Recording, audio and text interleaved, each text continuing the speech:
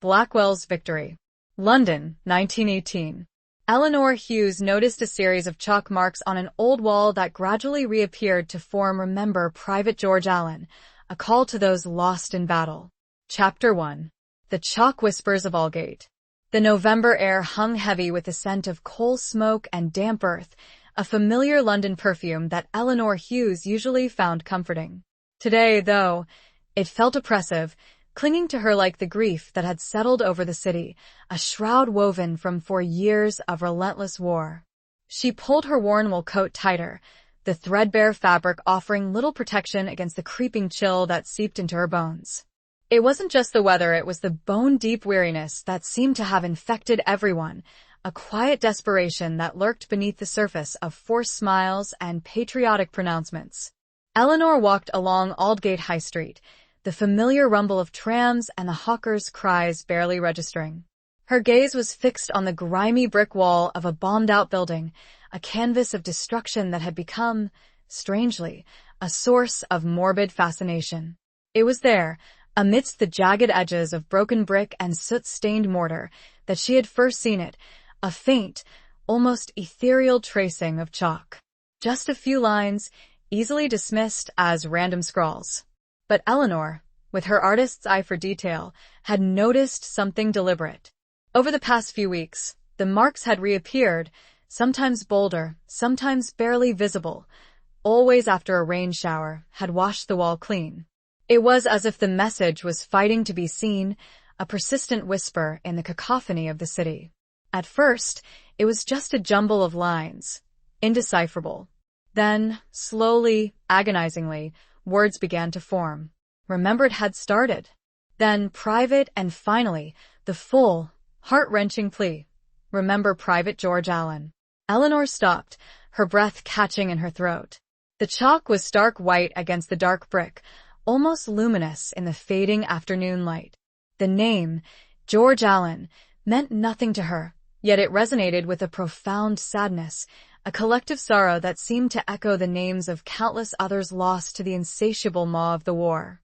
She traced the letters with her gloved finger, the rough texture of the chalk scratching against the thin leather. Who was he? A young man, barely a boy, most likely, sent to the trenches to fight for a cause he probably didn't understand. Another statistic in the ever-growing list of the dead. Eleanor had lost her own brother, Thomas, at the Somme 2 years ago. The telegram, delivered by a somber-faced boy barely old enough to shave, had shattered her world. The official words killed in action. Deepest sympathy seemed woefully inadequate to express the gaping hole his absence had left in her life. She still kept his letters, tied with a faded blue ribbon, rereading them until the ink blurred with her tears. The chalk message felt like a ghostly echo of Thomas's voice, a plea from beyond the grave. It was a reminder that behind every name on those endless casualty lists, there was a story, a life cut short, a family left to mourn. And Eleanor, who had spent the last 2 years trying to numb the pain, to bury herself in her work as a volunteer nurse at St. Bartholomew's Hospital, found herself strangely drawn to this unknown soldier's silent cry. She had tried to ignore it, to dismiss it as the product of her own grief-stricken imagination. But the message persisted, reappearing after every rain, each time more insistent, more demanding. It was as if the wall itself was weeping, the chalk tears of a forgotten soldier. A gust of wind whipped around the corner, carrying with it the mournful sound of a distant church bell. Eleanor shivered, the cold seeping deeper, mirroring the chill that had settled in her heart. She looked around, at the faces of the passers-by, their expressions etched with worry and fatigue. Did they see it too? Did they hear the whisper? Or was she the only one, haunted by the ghost of Private George Allen? She pulled out a small, worn sketchbook from her bag, the leather cover softened with age and constant use. Her fingers stiff with cold, fumbled with the clasp. She opened it to a fresh page, the blankness a stark contrast to the turmoil within her. With a charcoal pencil, she began to sketch the wall, capturing the jagged edges of the broken bricks, the stark white of the chalk letters. She worked quickly, her hand moving with a practiced ease, the lines flowing onto the page like a whispered confession. As she drew, she felt a strange sense of purpose, a flicker of warmth in the icy grip of her grief. It was more than just an artistic exercise, it was an act of remembrance, a way to honor not only Private George Allen, but all the lost souls of this brutal war. She would find out who he was. She would uncover his story. She owed it to him, to Thomas, to all of them.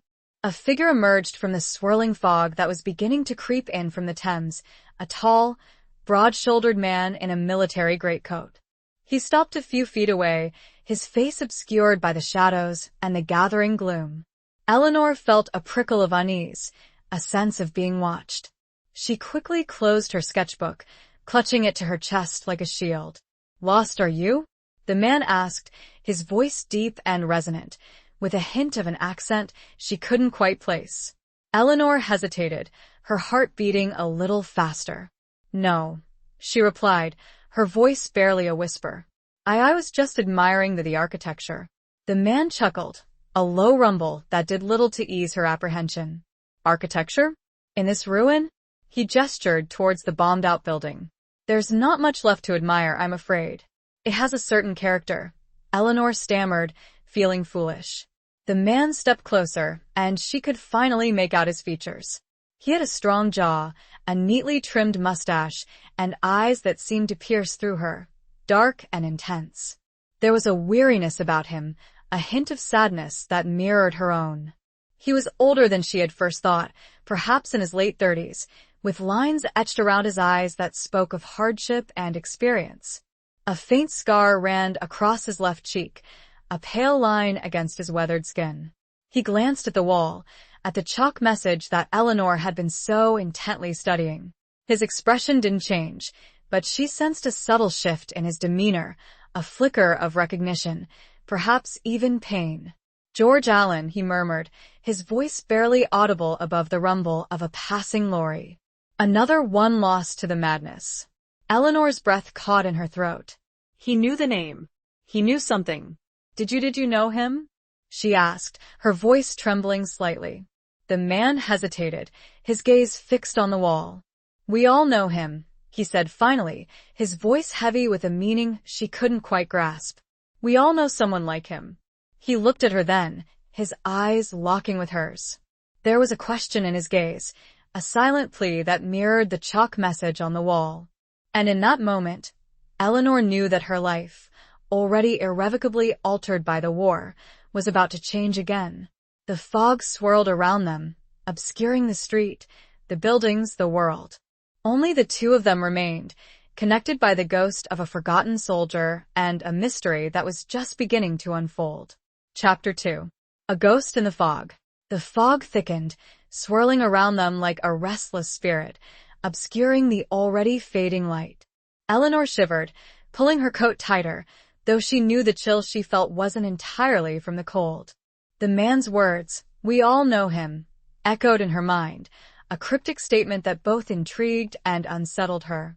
"What do you mean?" she asked, her voice barely above a whisper, afraid to break the strange spell that seemed to have fallen over them.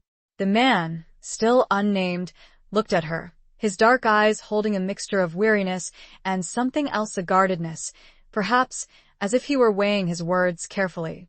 "This war," he began, his voice low and gravelly, "it takes everyone. One way or another. Some it takes to the trenches, some it leaves behind, haunted by the ghosts of those who don't return." He paused, glancing back at the wall, at the stark white chalk letters that seemed to glow in the deepening gloom. George Allen, he was just a boy. A good boy. Too young to die. Eleanor felt a pang of empathy, a familiar ache in her chest. She knew that feeling, that hollow emptiness that came from losing someone too soon. I lost my brother," she confessed, the words tumbling out before she could stop them. At the psalm, the man's expression softened, a flicker of understanding in his eyes. "I'm sorry," he said, his voice genuine. "It's a cruel war. It takes the best of us." They stood in silence for a moment, the fog swirling around them, a shared grief connecting them in the desolate landscape of wartime London. The distant rumble of traffic, The muffled cries of street vendors seemed to fade into the background, leaving only the two of them, bound by the invisible threads of loss and remembrance. I keep seeing his name," Eleanor said, breaking the silence. "The chalk, it keeps reappearing. After every rain." The man nodded, a knowing look in his eyes. "It's the city," he said. "It remembers, even when we try to forget." "But who is writing it?" Eleanor asked, her curiosity piqued. "And why?" The man hesitated again, his gaze shifting, as if searching for something in the swirling fog. "That," he said, "is a question that many are asking." He paused. Perhaps it's best not to delve too deeply into these things. Some questions are better left unanswered. His words sent a shiver down Eleanor's spine. There was a warning in his tone, a subtle hint that she was treading on dangerous ground. But she couldn't ignore the pull, the compelling need to uncover the truth behind the chalk message. It was more than just curiosity, it was a sense of duty, a responsibility to the forgotten soldier whose name haunted the walls of Aldgate. "I can't," she said, her voice firm, despite the tremor in her hands. "I need to know. I need to understand." The man studied her for a moment, his gaze intense, as if assessing her resolve. Then, he sighed, a weary sound that seemed to carry the weight of the world. "Very well," he said. "But be warned, Miss Hughes," Eleanor supplied. "Eleanor Hughes." "Miss Hughes," he repeated, a slight nod of acknowledgement. "Be warned, this path may lead you to places you don't want to go. It may uncover truths that are better left buried." "I understand," Eleanor said, though she wasn't entirely sure that she did. The man reached into his greatcoat, pulling out a small, folded piece of paper. He held it out to her, his hand steady despite the swirling fog. "This address," he said.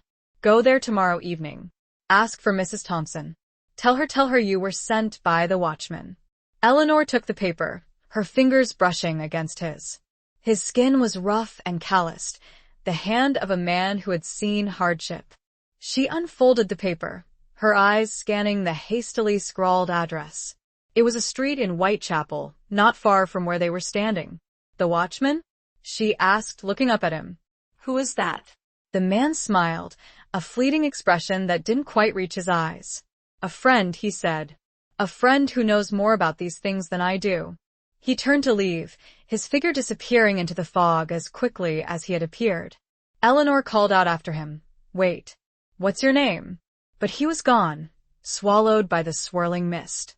Only the echo of his footsteps remained, fading into the silence of the night. Eleanor stood there, clutching the piece of paper, her heart pounding in her chest. The fog seemed to press in on her, suffocating, filled with unseen dangers and unanswered questions. She looked back at the wall, at the chalk message that had started it all. "Remember Private George Allen." The words seemed to glow brighter now, a beacon in the darkness, guiding her towards a mystery that was both terrifying and irresistible. She had a feeling that her encounter with the mysterious stranger, the watchman's friend, was just the beginning. And as she turned and walked away, the fog seemed to follow her, whispering secrets she was only just beginning to understand. The weight of the unknown, the soldier's name, the address in her hand all pressed down, a heavy burden she now carried alone into the swirling, uncertain night. Chapter 3. The Widow's Lament. The next evening, Eleanor found herself standing before a narrow, dilapidated house in Whitechapel, the address from the mysterious stranger clutched tightly in her hand. The street was dimly lit, the gas lamps casting long, flickering shadows that danced on the grimy brick walls.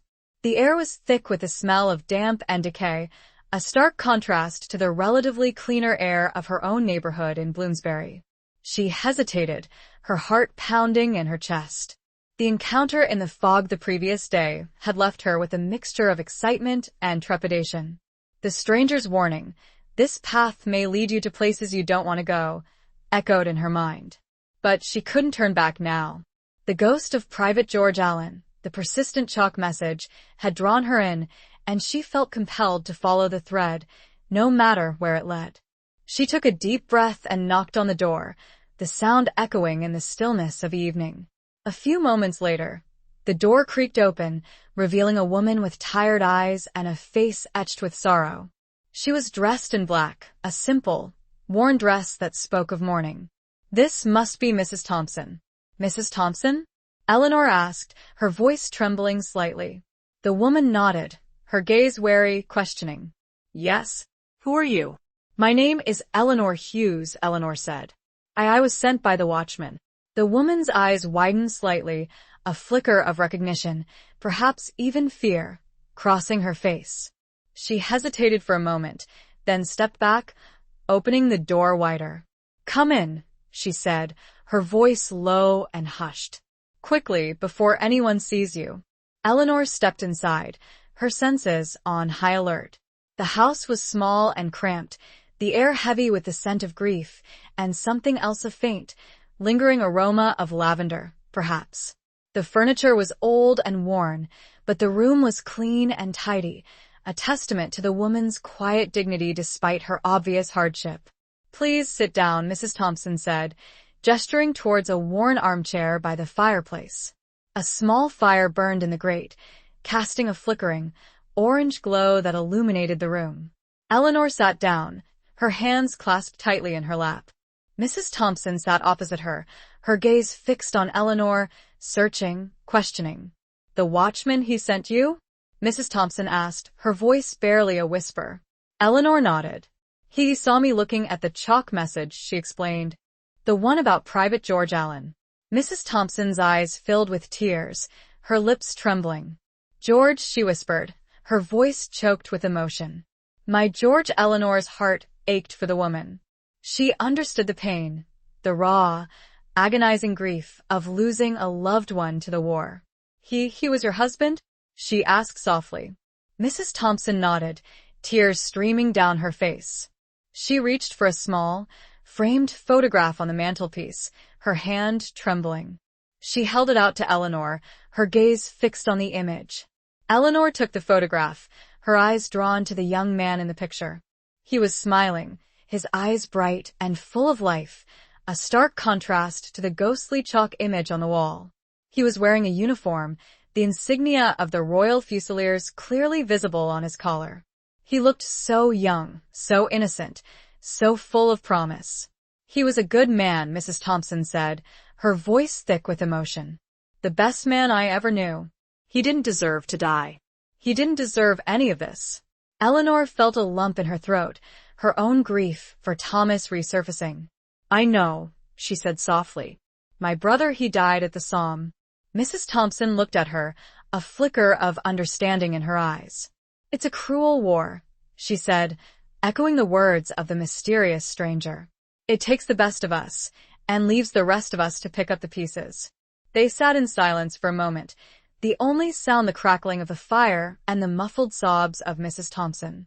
Eleanor felt a profound sense of connection with this woman, a shared bond of grief and loss that transcended their different backgrounds and circumstances. "The chalk message," Eleanor began, her voice hesitant. Who is writing it?" Mrs. Thompson looked at her, her eyes filled with a mixture of sadness and something else. "Fear? Resignation? I don't know," she said. "I've seen it too. It appears after every rain. It's like he's trying to reach out to us. To remind us." "But why?" Eleanor asked. "What is he trying to say?" Mrs. Thompson shook her head. "I don't know," she repeated. "But there's something else. Something strange." She hesitated, looking around the room as if afraid of being overheard. "I've been receiving letters," she whispered. "From George. After he died." Eleanor's eyes widened in disbelief. "Letters? But how is that possible?" Mrs. Thompson reached into a small drawer in a nearby table, pulling out a stack of letters tied with a faded ribbon. She held them out to Eleanor, her hand trembling. "Read them," she said.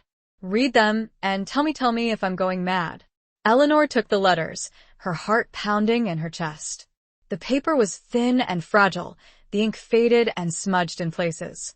The handwriting was unmistakably that of the young man in the photograph, Private George Allen. She looked at Mrs. Thompson, her eyes filled with a mixture of disbelief and hope. A flicker of something impossible, yet undeniable, sparked within her. The room felt colder, despite the fire, and a sense of unease settled over Eleanor, thick and heavy as the lavender-scented air. Something was terribly wrong, terribly amiss, and the letters were the key. Chapter 4. Letters from the Front. Eleanor carefully untied the ribbon, the faded silk whispering against her fingers. The letters were arranged in chronological order, the earliest ones postmarked from training camps in England, the later ones from the trenches in France. She opened the first letter, her hands trembling slightly, and began to read. The handwriting was youthful, a little untidy, but full of life and enthusiasm. George wrote about his training, the camaraderie with his fellow soldiers, his hopes for a quick victory and a swift return home. He wrote about his love for Mrs. Thompson Sarah. He called her his longing for her, his dreams of their future together. He spoke of simple things, a shared joke, a remembered kiss, the promise of a life beyond the war. As Eleanor read through the letters, she felt a growing sense of connection with this young man, a man she had never met, but whose words painted a vivid picture of his life, his hopes, his fears. She could almost hear his voice, his laughter, his quiet sighs of longing. She felt Sarah's presence in every line, the devoted wife, waiting, praying. The letters from France were different. The initial enthusiasm had faded, replaced by a growing weariness, a sense of disillusionment. He wrote about the mud, the cold, the constant shelling, the fear that gnawed at his soul. He wrote about the deaths of his friends, the horrors he had witnessed, the futility of it all. But even in the darkest moments, his love for Sarah shone through, a beacon of hope in the midst of despair. "My dearest Sarah," one letter read, "I dream of you every night. I see your face in the smoke and the fire. I hear your voice in the wind and the rain. You are my anchor, my reason to keep fighting, my hope for a future that seems so far away." Eleanor's eyes filled with tears as she read those words. She could feel George's love, his desperation, his longing for a life that was slipping away from him. She could also feel the fear, the growing sense of dread that permeated his later letters. Then came the last letter, the one that Sarah had received after the official notification of his death. It was dated just a few days before he was reported killed in action. "My dearest Sarah," it began, the handwriting shaky, almost illegible. "I have a feeling, a premonition that I won't be coming home. I've seen too much death, too much suffering. I don't think I can bear it anymore." He wrote about a secret, something he had discovered, something that had shaken him to his core. "There's something wrong here, Sarah," he wrote. "Something evil. I don't know what it is, but I can feel it. It's like a shadow, hanging over everything." He mentioned a name, a single word that was scrawled almost illegibly at the bottom of the page. Corvus. "If anything happens to me," he continued, tell them about Corvus. They'll know what it means." Eleanor's heart pounded in her chest. The word Corvus meant nothing to her, but it was clearly significant, a key to the mystery that surrounded George's death. And the fact that this letter had arrived after he was reported killed, it was impossible.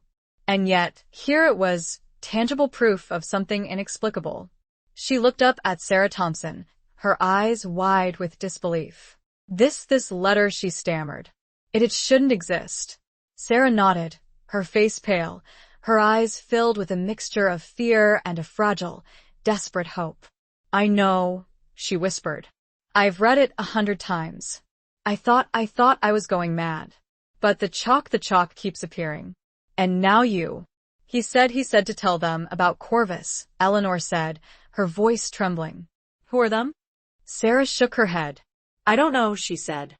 "I've asked everyone. I've shown the letter to the authorities, to his officers. No one knows anything. They dismissed it as the ramblings of a dying man." "But it's not," Eleanor insisted. "There's something more to this. Something sinister." She looked back at the letter, at the scrawled word Corvus. It was a clue, a thread that she needed to follow.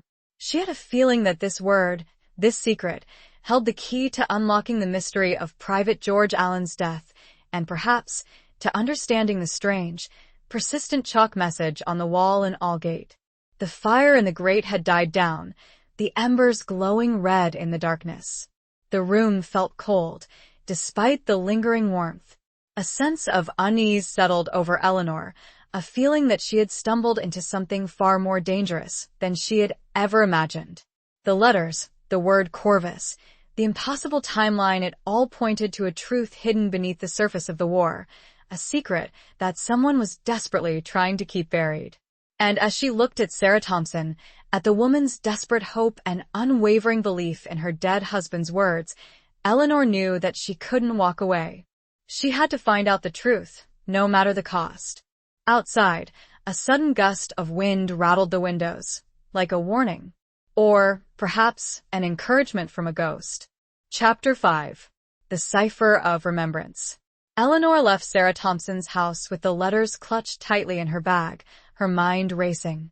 The impossible existence of the post-mortem letter, the cryptic word Corvus, the persistent chalk message, it all formed a puzzle that was both baffling and terrifying. She felt a growing sense of urgency, a need to uncover the truth before it was too late. As she walked back towards Bloomsbury, the streets seemed darker, more menacing.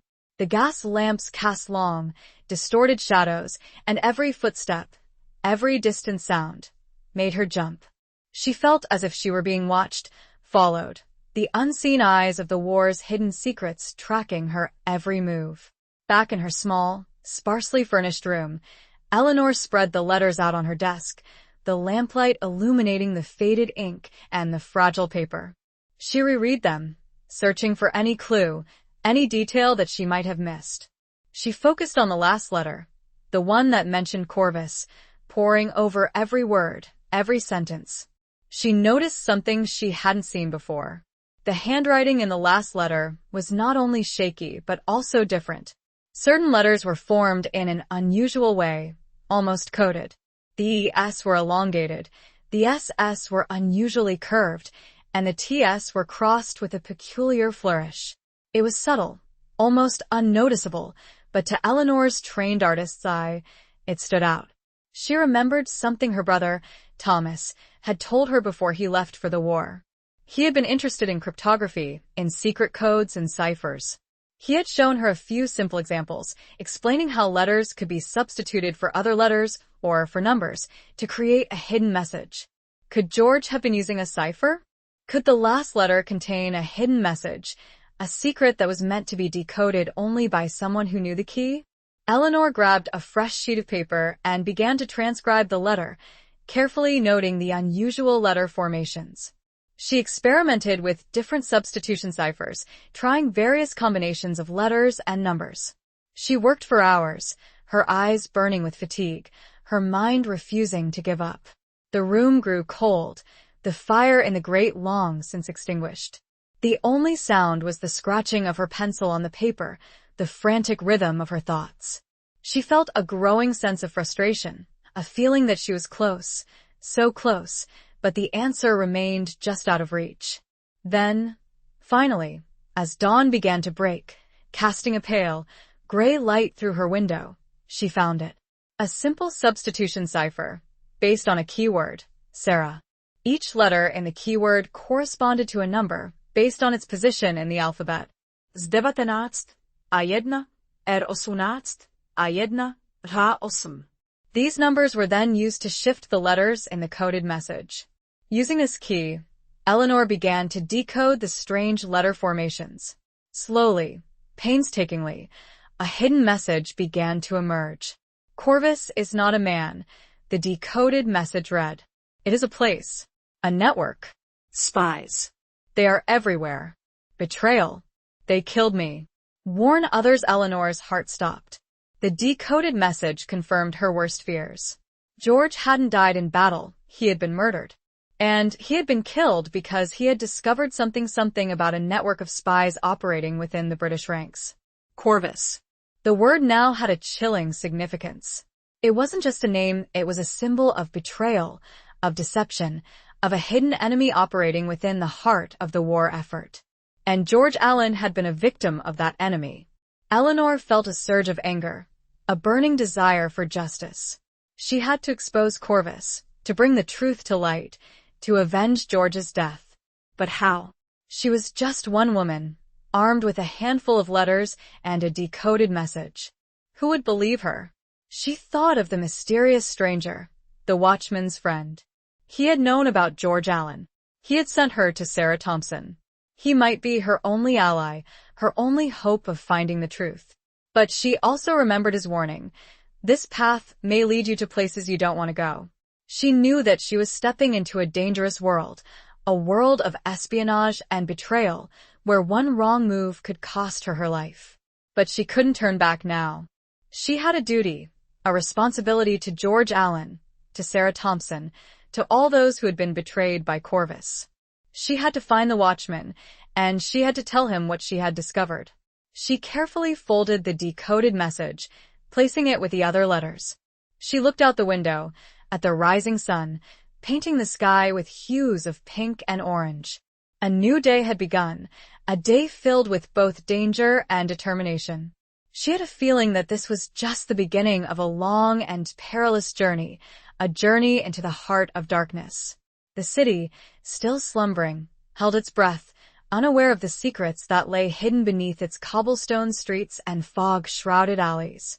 And Eleanor, armed with a cipher and a dead man's words, prepared to face them.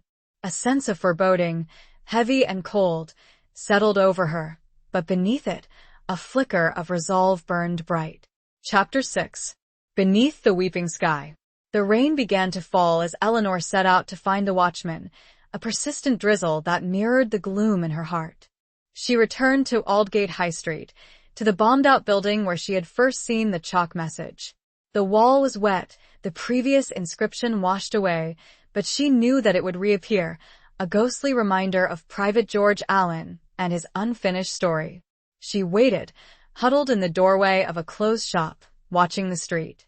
The fog had returned, swirling around the buildings, obscuring the already limited visibility. The few people who were out hurried along, their heads bowed against the rain, their faces hidden by hats and scarves. She had no idea what the watchman looked like, or how to find him. The stranger had only said to tell Mrs. Thompson that she had been sent by him. It was a long shot, a desperate hope that he would somehow know she was looking for him. As the hours passed, her hope began to dwindle. The rain continued to fall, washing away any trace of the chalk message, seemingly erasing George Allen's memory from the wall. She felt a growing sense of despair, a feeling that she was alone in this fight, that she had no one to turn to. Just as she was about to give up, she saw him. The tall, broad-shouldered figure from her previous encounter, emerging from the fog like a phantom. He was wearing the same military greatcoat, his face obscured by the shadows and the rain. He walked directly towards her, his eyes fixed on hers. There was a sense of urgency in his stride, a silent acknowledgement of the situation. "Miss Hughes," he said, his voice low and gravelly, barely audible above the sound of the rain. "You found the letters." It wasn't a question, but a statement of fact. He knew. Eleanor nodded, her heart pounding in her chest. "Yes," she replied. "And I decoded the message. The one in the last letter." The man's expression didn't change, but she sensed a subtle shift in his demeanor, a flicker of concern. "Corvus," he said, the word a whispered curse. "It's a network," Eleanor said, her voice trembling slightly. "Spies. They killed George Allen." The man nodded, his jaw tightening. "I suspected as much," he said. "But I needed proof. The letters, they provide that proof." "Who are they?" Eleanor asked. "And why did they kill him?"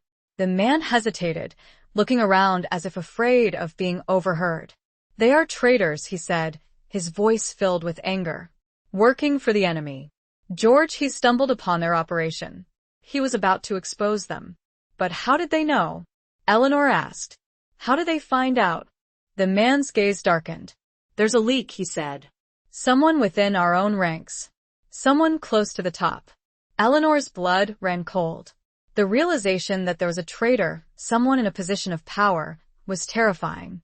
It meant that anyone could be suspect, that trust was a luxury they could no longer afford. "We need to get this information to the right people," Eleanor said. "To someone who can stop them." The man nodded. I know someone, he said.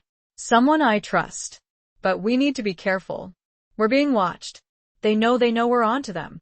He reached into his greatcoat, pulling out a small, silver locket. He held it out to Eleanor, his hand steady despite the rain. Take this, he said. It's a signal. Show it to the guard at the War Office. Ask for Major Alistair Finch. Tell him the watchman sent you. He'll know what to do. Eleanor took the locket, her fingers closing around the cold metal. It was heavy, intricately engraved with a single, soaring bird or raven. Corvus. The symbol of the enemy. Now a tool for their exposure. What about you? Eleanor asked, looking up at him. What will you do? The man smiled, a fleeting expression that didn't quite reach his eyes. I'll be watching, he said. I'll be making sure they don't get to you. He turned to leave, his figure disappearing into the fog and the rain. Eleanor called out after him. Wait. What's your name? I still don't know your name. He paused, his back to her, his silhouette outlined against the gray, weeping sky. Call me Thomas, he said, his voice barely a whisper. And then he was gone. Eleanor stood there, clutching the locket, her heart pounding in her chest. The name Thomas. It was her brother's name. A coincidence? Or something more? A sign, perhaps, from beyond the grave? She didn't have time to ponder the question. She had a mission, a dangerous task that lay ahead of her. She had to get to the War Office, to Major Alistair Finch, to expose Corvus and avenge George Allen's death. As she turned and walked away, the rain seemed to intensify, washing over the city, cleansing the streets, but not the secrets. The locket felt heavy in her hand, a symbol of hope and danger, a reminder of the perilous journey she had embarked upon. The weeping sky seemed to mirror her own emotions, a mixture of fear, determination, and a growing sense of dread. She didn't know what the future held, but she knew that she couldn't give up. Not now. Not ever. The raven, etched on the locket, seemed to watch her, a silent guardian, or a menacing threat. She couldn't be sure which. Chapter 7. Scars of the Somme. The War Office was a hive of activity, a chaotic jumble of uniformed officers, hurried clerks, and the constant clatter of typewriters. The air was thick with tension, the weight of the war pressing down on everyone. Eleanor felt a surge of intimidation as she approached the imposing building, the locket clutched tightly in her hand. The guard at the entrance was a stern-faced sergeant, his eyes narrowed with suspicion. He looked at Eleanor, at her worn clothes and her anxious expression, with barely concealed disdain. State your business, he barked, his voice harsh and unforgiving. Eleanor took a deep breath, trying to steady her trembling hands. I need to see Major Alistair Finch, she said. It's a matter of utmost importance. The sergeant raised an eyebrow, his skepticism evident. Major Finch is a busy man, he said. He doesn't have time for frivolous requests. Eleanor held out the locket, the silver raven glinting in the dim light. I was sent by the watchman, she said, her voice barely a whisper. He told me to show this to the guard. He said Major Finch would understand. The sergeant's expression changed instantly. His eyes widened, his skepticism replaced by a flicker of recognition, perhaps even fear. He took the locket, examining it closely, his fingers tracing the engraved raven. Wait here, he said, his voice considerably softer than before. He disappeared into the building, leaving Eleanor standing alone in the imposing entrance hall. The minutes stretched into an eternity. Eleanor felt the eyes of everyone passing by, their curious glances, their unspoken questions. She felt exposed, vulnerable, the weight of her secret pressing down on her. Finally, the sergeant returned, his expression grim. Follow me, he said. He led her through a maze of corridors, past bustling offices and hushed conversations. The atmosphere was tense, the air thick with secrets and suspicion. They stopped before a heavy oak door, the brass nameplate gleaming. Major Alistair Finch. The sergeant knocked, and a voice from within called out, Enter. The sergeant opened the door, gesturing for Eleanor to enter. She stepped inside, her heart pounding in her chest. Major Alistair Finch was a tall, imposing man with a stern face and piercing blue eyes. He was dressed in a crisp uniform, his medals gleaming on his chest. He looked at Eleanor, his gaze intense, assessing. "Miss Hughes," he said, his voice deep and resonant. "The watchman sent you." It wasn't a question, but a statement of fact. He knew. Eleanor nodded, her voice trembling slightly. "Yes, sir," she replied. He gave me this." She held out the locket. Major Finch took the locket, examining it closely. His expression didn't change, but she sensed a subtle shift in his demeanor, a flicker of understanding. "He told me about George Allen," Eleanor continued. "About the letters and the message. About Corvus." Major Finch's jaw tightened. "Corvus," he repeated, the word a whispered curse. He looked at Eleanor, his eyes filled with a mixture of anger and concern. "Tell me everything," he said. "Leave nothing out." Eleanor took a deep breath and began to recount her story, starting with the chalk message on the wall in Aldgate, her encounter with the mysterious stranger, her visit to Sarah Thompson, the letters, the decoded message. She told him everything, her voice trembling with emotion, her words painting a vivid picture of the conspiracy, the betrayal, the murder. Major Finch listened intently, his gaze fixed on her, his expression unchanging. He didn't interrupt, didn't question, just listened, absorbing every detail. When she had finished, he sat in silence for a moment, his fingers drumming on his desk. The room was quiet, the only sound the ticking of a clock on the wall, a constant reminder of the passage of time, of the urgency of the situation. "You've done a brave thing, Miss Hughes," he said finally, his voice filled with a grudging respect. "A very brave thing. You've stumbled upon something dangerous. Something that could shake the very foundations of our war effort." He paused, looking at her intently. "The watchman, he trusts you," he said. "And I trust him. Therefore I trust you." He reached into a drawer in his desk, pulling out a file. He opened it, revealing a collection of documents, photographs, and maps. "Corvus," he said, his voice low and gravelly. "We've been tracking them for months. A network of spies, operating within our own ranks, feeding information to the enemy. They're responsible for countless deaths, for sabotaged operations, for untold damage." He showed her a photograph of a man, a handsome, distinguished-looking officer with a confident smile. "This," he said, "is Colonel James Ashworth. He's one of our top intelligence officers. And he's the head of Corvus." Eleanor gasped, her blood running cold. The betrayal was even deeper, more insidious than she had imagined. A colonel, a man in a position of such high authority, a traitor. "We've been trying to gather evidence," Major Finch continued. "But Ashworth is clever. He covers his tracks well. He has connections. Protection." He looked at Eleanor, his eyes filled with a grim determination. "The letters, they're the proof we need," he said. "The evidence that will bring him down. And you, Miss Hughes, you are the key." He explained his plan, a dangerous, intricate scheme to expose Ashworth and his network. Eleanor would be at the center of it, a pawn in a deadly game of espionage and betrayal. Her role, to continue seemingly innocently investigating, drawing Ashworth out. The scars of the psalm, both visible and invisible, seemed to ache in unison across the room. Major Finch, it became clear, had lost his brother, too, and the shared pain created an unspoken bond. He leaned forward, his voice softening slightly. "This won't be easy, Miss Hughes. It will be dangerous. But it's necessary. We must stop Corvus. We must avenge those they have betrayed. We must win this war." The weight of his words, the weight of the shared pain, the sheer enormity of the task ahead, made the air in the room thick with unspoken sorrow and a grim determination. The clock ticked on, and Eleanor knew her life had irrevocably changed, drawn into a battle far beyond the muddy trenches. Chapter 8.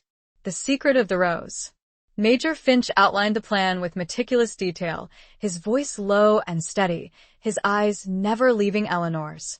She would act as a bait, a seemingly innocent civilian investigating the death of a soldier, drawing the attention of Corvus and, hopefully, Colonel Ashworth himself. She would use her connection with Sarah Thompson, the letters, and the decoded message as leverage, subtly hinting at her knowledge of the conspiracy. "They'll be watching you," Major Finch warned. "Every move you make, every person you talk to. You must be careful. Trust no one." He gave her a small, antique rose brooch, its petals crafted from delicate silver, a tiny ruby glistening at its center. "This is a communication device," he explained. "It contains a miniature transmitter. If you're in danger, press the ruby. We'll be listening. We'll come for you." Eleanor took the brooch, her fingers closing around the cold metal. It felt heavy, a symbol of the danger she was about to face, but also of the support she had, the knowledge that she wasn't entirely alone. "There's one more thing," Major Finch said, his voice hesitant. "The watchman, he told me something about you, about your artistic skills." Eleanor nodded, remembering her sketches of the chalk message, her ability to decipher the hidden code in George Allen's letter. "We believe Ashworth uses a cipher," Major Finch explained, "to communicate with his agents. We've intercepted some of his messages, but we haven't been able to decode them. We need your help." He handed her a sheet of paper, covered in a jumble of seemingly random letters and numbers. It looked like gibberish, a meaningless sequence of characters. "This is one of his messages," Major Finch said. "We believe it contains vital information about their next operation. If you can decode it, it could save lives." Eleanor took the paper, her mind already working, her artist's eye searching for patterns, for clues. She recognized some of the letter formations, similar to the ones she had seen in George Allen's letter. It was a different cipher, more complex, but she felt a flicker of hope, a belief that she could crack it. "I'll do my best," she said, her voice determined. Major Finch nodded, a faint smile playing on his lips. "I know you will," he said. "You have a gift, Miss Hughes. A gift that could help us win this war." He stood up, signaling the end of the meeting. "Go back to Sarah Thompson's," he said. "Continue your investigation. But be careful. And remember, trust no one." Eleanor left the War Office, the rose brooch pinned to her coat, the coded message clutched tightly in her hand. The rain had stopped, and the sun was beginning to break through the clouds, casting a pale, golden light over the city. But the beauty of the scene did little to ease the tension in her heart. She returned to Whitechapel, to Sarah Thompson's house, the familiar scent of lavender greeting her as she stepped inside. Sarah looked at her, her eyes filled with a mixture of hope and apprehension. "What happened?" she asked, her voice trembling. "Did you see him? Did you tell him about George?" Eleanor nodded, recounting her meeting with Major Finch, the plan, the danger. She showed Sarah the rose brooch, explaining its purpose. Sarah's eyes widened in fear. It's too dangerous," she said. "You shouldn't be involved in this. They'll kill you." "I have to do this," Eleanor said, her voice firm. "For George. For you. For all those who have been betrayed."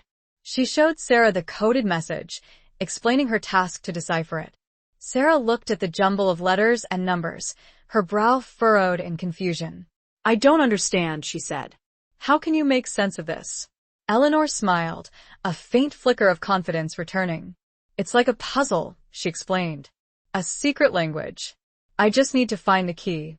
They spent the rest of the evening working together, Eleanor poring over the coded message, Sarah providing support, encouragement, and the occasional cup of strong, sweet tea.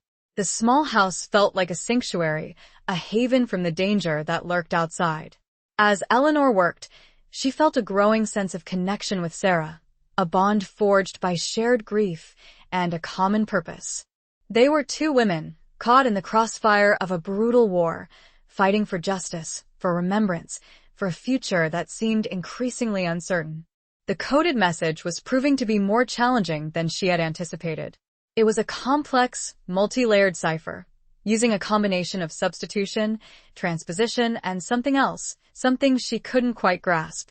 Then, as she was about to give up, she noticed something. A small, almost imperceptible detail. A tiny rose, drawn in the margin of the paper, next to a particular sequence of letters. The rose, it was the same rose as the one on her brooch. Could it be the key? A symbol? A visual clue, hidden in plain sight? She remembered something Major Finch had said. Ashworth is clever. He covers his tracks well. But he also had a flair for the dramatic, a tendency to leave his mark, a subtle signature on his work. Eleanor began to experiment, using the rose as a starting point, trying different combinations of letters and numbers, based on the petals, the stem, the thorns. And then, slowly, painstakingly, a hidden message began to emerge. The secret of the rose, it turned out, was not just beauty, but betrayal, encoded in its very form. The weight of the discovery pressed down, and the silence of the room was broken only by Eleanor's sharp intake of breath. Chapter 9. Shadows in the Ward. The decoded message revealed a chilling plan. A coordinated attack on a military hospital, St. Bartholomew's, the very hospital where Eleanor volunteered. The target was a specific ward, Ward 5, where several high-ranking officers were recovering from injuries. The attack was scheduled for the following evening, during the changing of the guard, when security was at its weakest. Eleanor's blood ran cold. She knew Ward 5 well. She had spent countless hours there, tending to the wounded, comforting the dying, witnessing the horrors of war firsthand.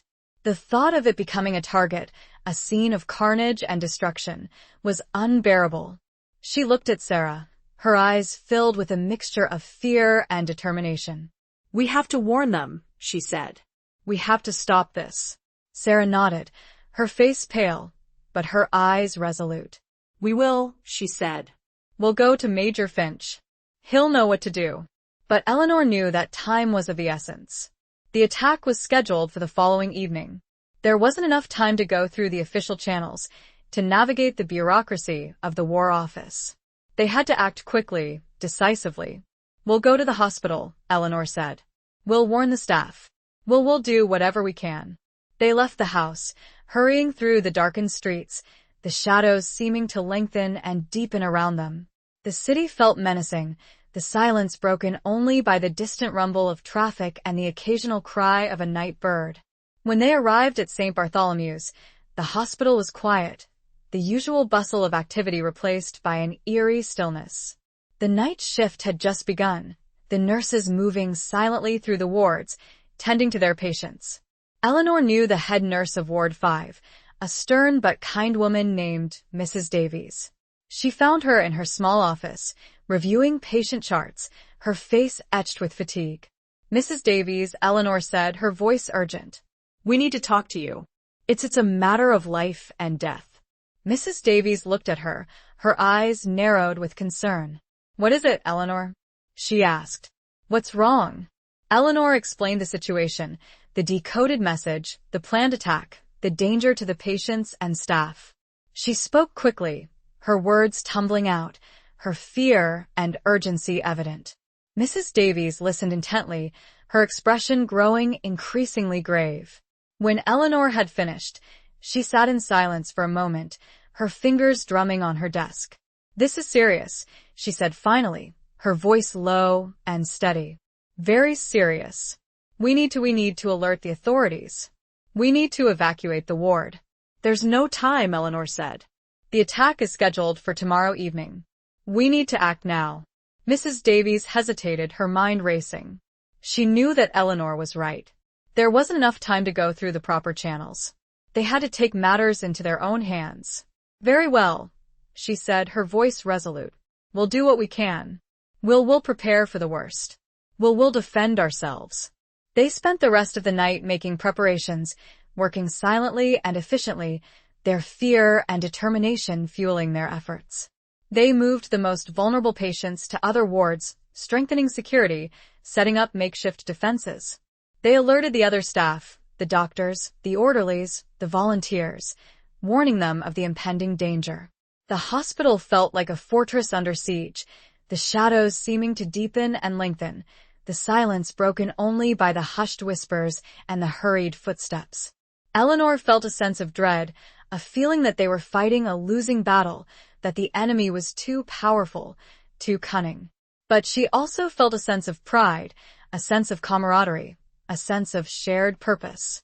They were a small band of civilians, doctors, nurses, and volunteers, facing an overwhelming threat, but they were united in their determination to protect their patients, to defend their hospital, to stand against the darkness. As dawn approached, casting a pale, gray light through the windows, Eleanor found herself standing in Ward 5, looking at the empty beds, the silent monitors, the sterile equipment. The ward felt like a ghost town, a scene of a battle that had yet to be fought. She thought of George Allen, of his sacrifice, of his warning. She thought of Thomas, her brother, and all the other countless victims of this brutal war. She thought of Sarah, of her unwavering belief in her dead husband's words, of her courage and her resilience. Eleanor felt a surge of anger, a burning desire for justice. She wouldn't let Corvus win. She wouldn't let them destroy this hospital, these lives. She would fight, with every ounce of her strength, with every fiber of her being. She pressed the ruby on the rose brooch, activating the transmitter. "Major Finch," she whispered, her voice trembling slightly. "They're coming. Tonight. Ward 5. Where we're ready." The silence that followed was heavy, expectant. Then, a faint crackle, and Major Finch's voice, calm and reassuring, filled her ear. "We're on our way, Miss Hughes. Hold tight. We won't let you down." The shadows in the ward seemed to deepen, and the wait began. The air was thick with tension, every sound magnified, every moment stretched into an eternity. Eleanor stood by the window, watching the sky, waiting for the darkness to descend, and with it the enemy. A single tear traced a path down her cheek, a mixture of fear and a strange, unwavering hope. Chapter 10. The Rendezvous at Dawn. The hours crawled by, each tick of the clock a hammer blow against Eleanor's frayed nerves. The hospital staff, bolstered by a small contingent of soldiers Major Finch had managed to discreetly deploy, prepared for the inevitable confrontation. They were outnumbered, outgunned, but not outmatched in spirit. Eleanor, despite her fear, found a strange sense of calm, a steely resolve that had settled over her. She was no longer just a volunteer nurse. She was a soldier in a different kind of war, a war fought in the shadows, a war of secrets and betrayal. As dusk began to settle, casting long, eerie shadows across the ward, Major Finch arrived, his face grim, his eyes determined. He surveyed the preparations, nodding his approval, his presence a reassuring force in the tense atmosphere. "They'll be coming soon," he said to Eleanor, his voice low and steady. "We've intercepted another message. They're planning to use gas. Chlorine gas." Eleanor's blood ran cold. She had seen the effects of gas attacks on the soldiers who came to the hospital, the horrific burns, the agonizing struggles for breath, the slow, painful deaths. The thought of it being used here, in this place of healing, was monstrous. "We have respirators," Major Finch continued. "Enough for the staff and the soldiers. But the patients he didn't need," to finish the sentence. The patients who remained in the hospital, the ones who were too ill to be moved, were defenseless. They would be at the mercy of the gas, of the enemy.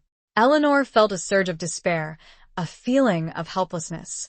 She had done everything she could, decoded the messages, alerted the authorities, prepared for the attack. But it wasn't enough. It would never be enough. "There must be something we can do," she said, her voice trembling. Major Finch looked at her, his eyes filled with a mixture of sympathy and something else. Respect, perhaps. "There is one thing," he said. "A long shot.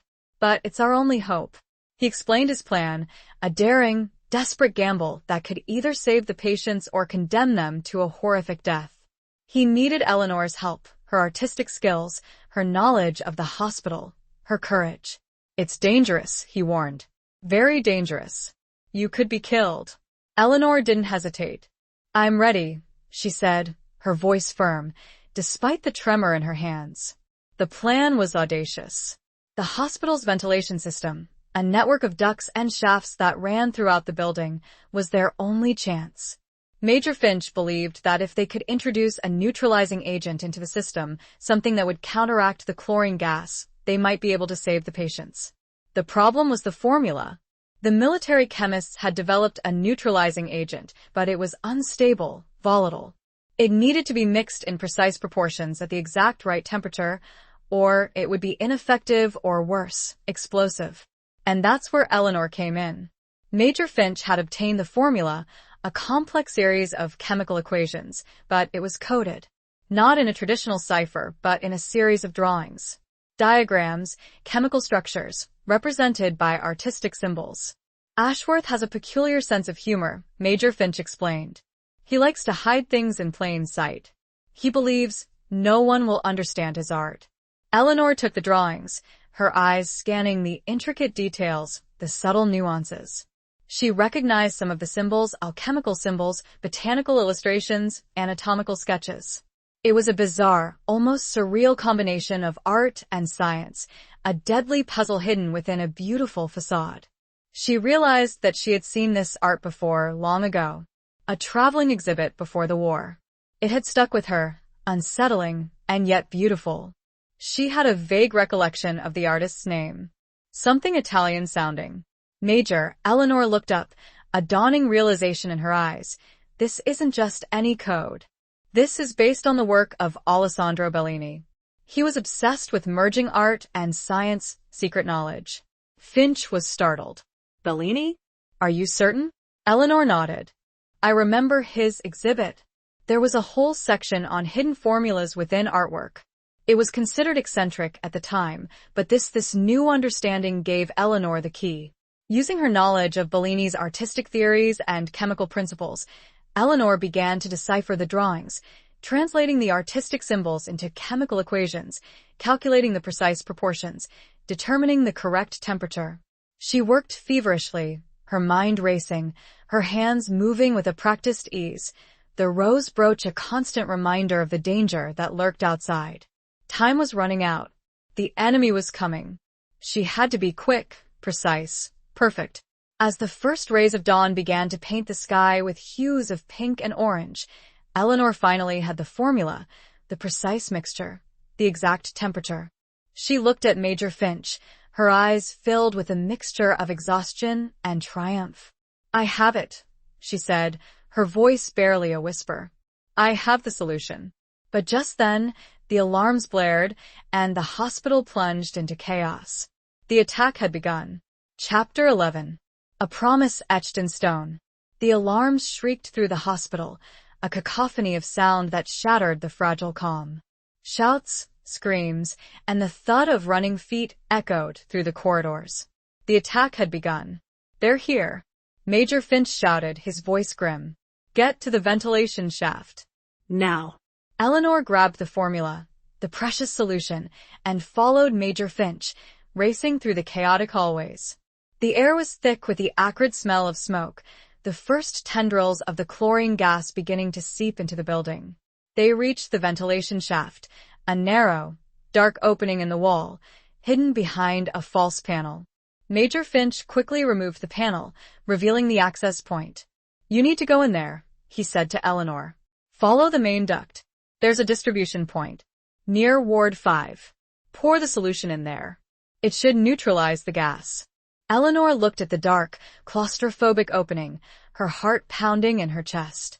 She had a fear of enclosed spaces, a childhood trauma that had haunted her for years. But she couldn't hesitate. Lives were at stake. I'll do it, she said, her voice trembling slightly, but firm. Major Finch handed her a small, battery-powered lantern, its beam cutting through the darkness. Be careful, he said. And good luck. Eleanor took a deep breath and crawled into the shaft, the metal cold and damp against her skin. The darkness closed in around her, the only sound her own ragged breathing and the distant echoes of the battle raging outside. She followed the main duct, the lantern casting a flickering, yellow glow, revealing the dusty, cobweb-filled interior. The air was thick and stale, the smell of chlorine gas growing stronger with every step. She could feel it burning her eyes, her throat, her lungs. She reached the distribution point, a larger chamber where several ducts converged. She quickly located the main intake valve, the point where the gas was being pumped into the system. She opened the container, the neutralizing solution of viscous, shimmering liquid. She carefully poured it into the valve, her hands trembling, her heart pounding. As the last of the solution flowed into the system, she heard a noise behind her. A scraping sound, followed by a muffled cough. She turned, the lantern beam illuminating a figure emerging from one of the smaller ducts. It was a soldier, wearing a gas mask, his eyes narrowed with suspicion. He was one of Ashworth's men. "What are you doing here?" he demanded, his voice muffled by the mask. Eleanor froze, her mind racing.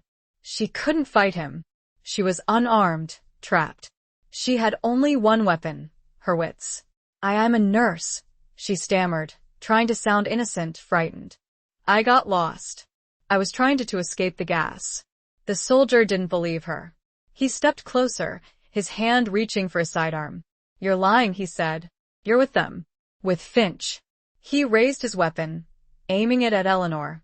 She closed her eyes, bracing for the inevitable. But the shot never came. Instead, she heard a thud, a groan, and then silence. She opened her eyes, her heart pounding. The soldier was lying on the floor, unconscious. Standing over him was Thomas, the watchman. He removed his gas mask, his face grim, his eyes filled with a mixture of relief and something else. Concern? "Affection? Are you all right?" he asked, his voice rough but gentle. Eleanor nodded, her legs shaking, her body trembling with reaction. I think so," she stammered. "You saved me." Thomas smiled, a fleeting expression that didn't quite reach his eyes. "I promised I'd be watching," he said. "I promised I wouldn't let them get to you." He helped her to her feet, his hand strong and reassuring. "We need to get out of here," he said. "The gas is spreading. We don't have much time." They crawled back through the ducts, the air growing thicker, the smell of chlorine gas more intense. They reached the access point, where Major Finch was waiting, his face etched with worry. "Eleanor," he exclaimed, his voice filled with relief. "Are you all right? Did you do it?" Eleanor nodded. "Yes," she said. "The solution, it's in the system. It should neutralize the gas." Major Finch looked at Thomas, his eyes narrowed with suspicion. "Who is this?" he demanded. He's the watchman," Eleanor explained. He saved my life." Major Finch's expression changed, his suspicion replaced by a flicker of recognition, perhaps even gratitude. He extended his hand to Thomas.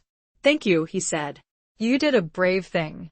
Thomas shook his hand, his gaze fixed on Eleanor. "I made a promise," he said, his voice low and steady. "A promise to remember." They emerged from the ventilation shaft, back into the chaos of the hospital. The battle was still raging, but the gas was dissipating, the neutralizing agent doing its work. The soldiers, those who weren't incapacitated by the gas which did reach some of the lower floors before it was neutralized, were fighting fiercely, but they were losing ground. Eleanor looked at Thomas, at his strong jaw, his weathered face, his eyes that seemed to hold 1,000 untold stories. She realized that she knew nothing about him, about his past, about his connection to George Allen, to Corvus. "Who are you?" she asked, her voice barely a whisper. "Really?" Thomas hesitated, his gaze shifting, as if searching for the right words. I'm a soldier," he said finally. "A soldier who lost his way. A soldier who made mistakes. A soldier who's trying to make amends." He reached into his pocket, pulling out a small, worn photograph. He held it out to Eleanor, his hand trembling slightly. It was a picture of George Allen, standing next to Thomas. They were both young, smiling, full of life, wearing the same uniform, the insignia of the Royal Fusiliers. And behind them, etched into a stone wall, was the very same message. "Remember Private George Allen." Eleanor gasped, her eyes widening in disbelief. You knew him," she said. "You were his friend." Thomas nodded, his eyes filling with tears. "He was my brother," he said, his voice choked with emotion. "My twin brother." The revelation hit Eleanor like a physical blow. The watchman, the mysterious stranger, the man who had saved her life, was George Allen's twin brother. The resemblance, now that she knew, was unmistakable. The same eyes, the same jaw, the same sadness. I didn't know, she stammered. I'm so sorry. Thomas shook his head. It's not your fault, he said. It's my fault. I should have protected him. I should have stopped him. He told her the story of how he had joined the army with George, how they had been inseparable, how they had fought side by side in the trenches. He told her how George had discovered Corvus, how he had tried to warn him, to stop him from getting involved. He told her how he had failed, how George had been killed, how he had been consumed by guilt, by a burning desire for revenge. I made a promise, he said, his voice filled with a raw, agonizing grief. A promise to remember him. A promise to avenge his death. A promise to expose Corvus. He looked at Eleanor, his eyes filled with a profound gratitude. And you helped me keep that promise, he said. You gave me a second chance. You showed me that there's still hope. There's still something worth fighting for. The promise, etched in stone and in his heart, had finally been fulfilled. But the weight of it, the cost of it, was etched just as deeply on his face. And as the sounds of the battle began to fade, a different kind of silence settled over them, a silence filled with loss, regret, and a fragile, uncertain hope. Chapter 12. The Spy Among Us. With the immediate threat of the gas attack neutralized, the battle shifted.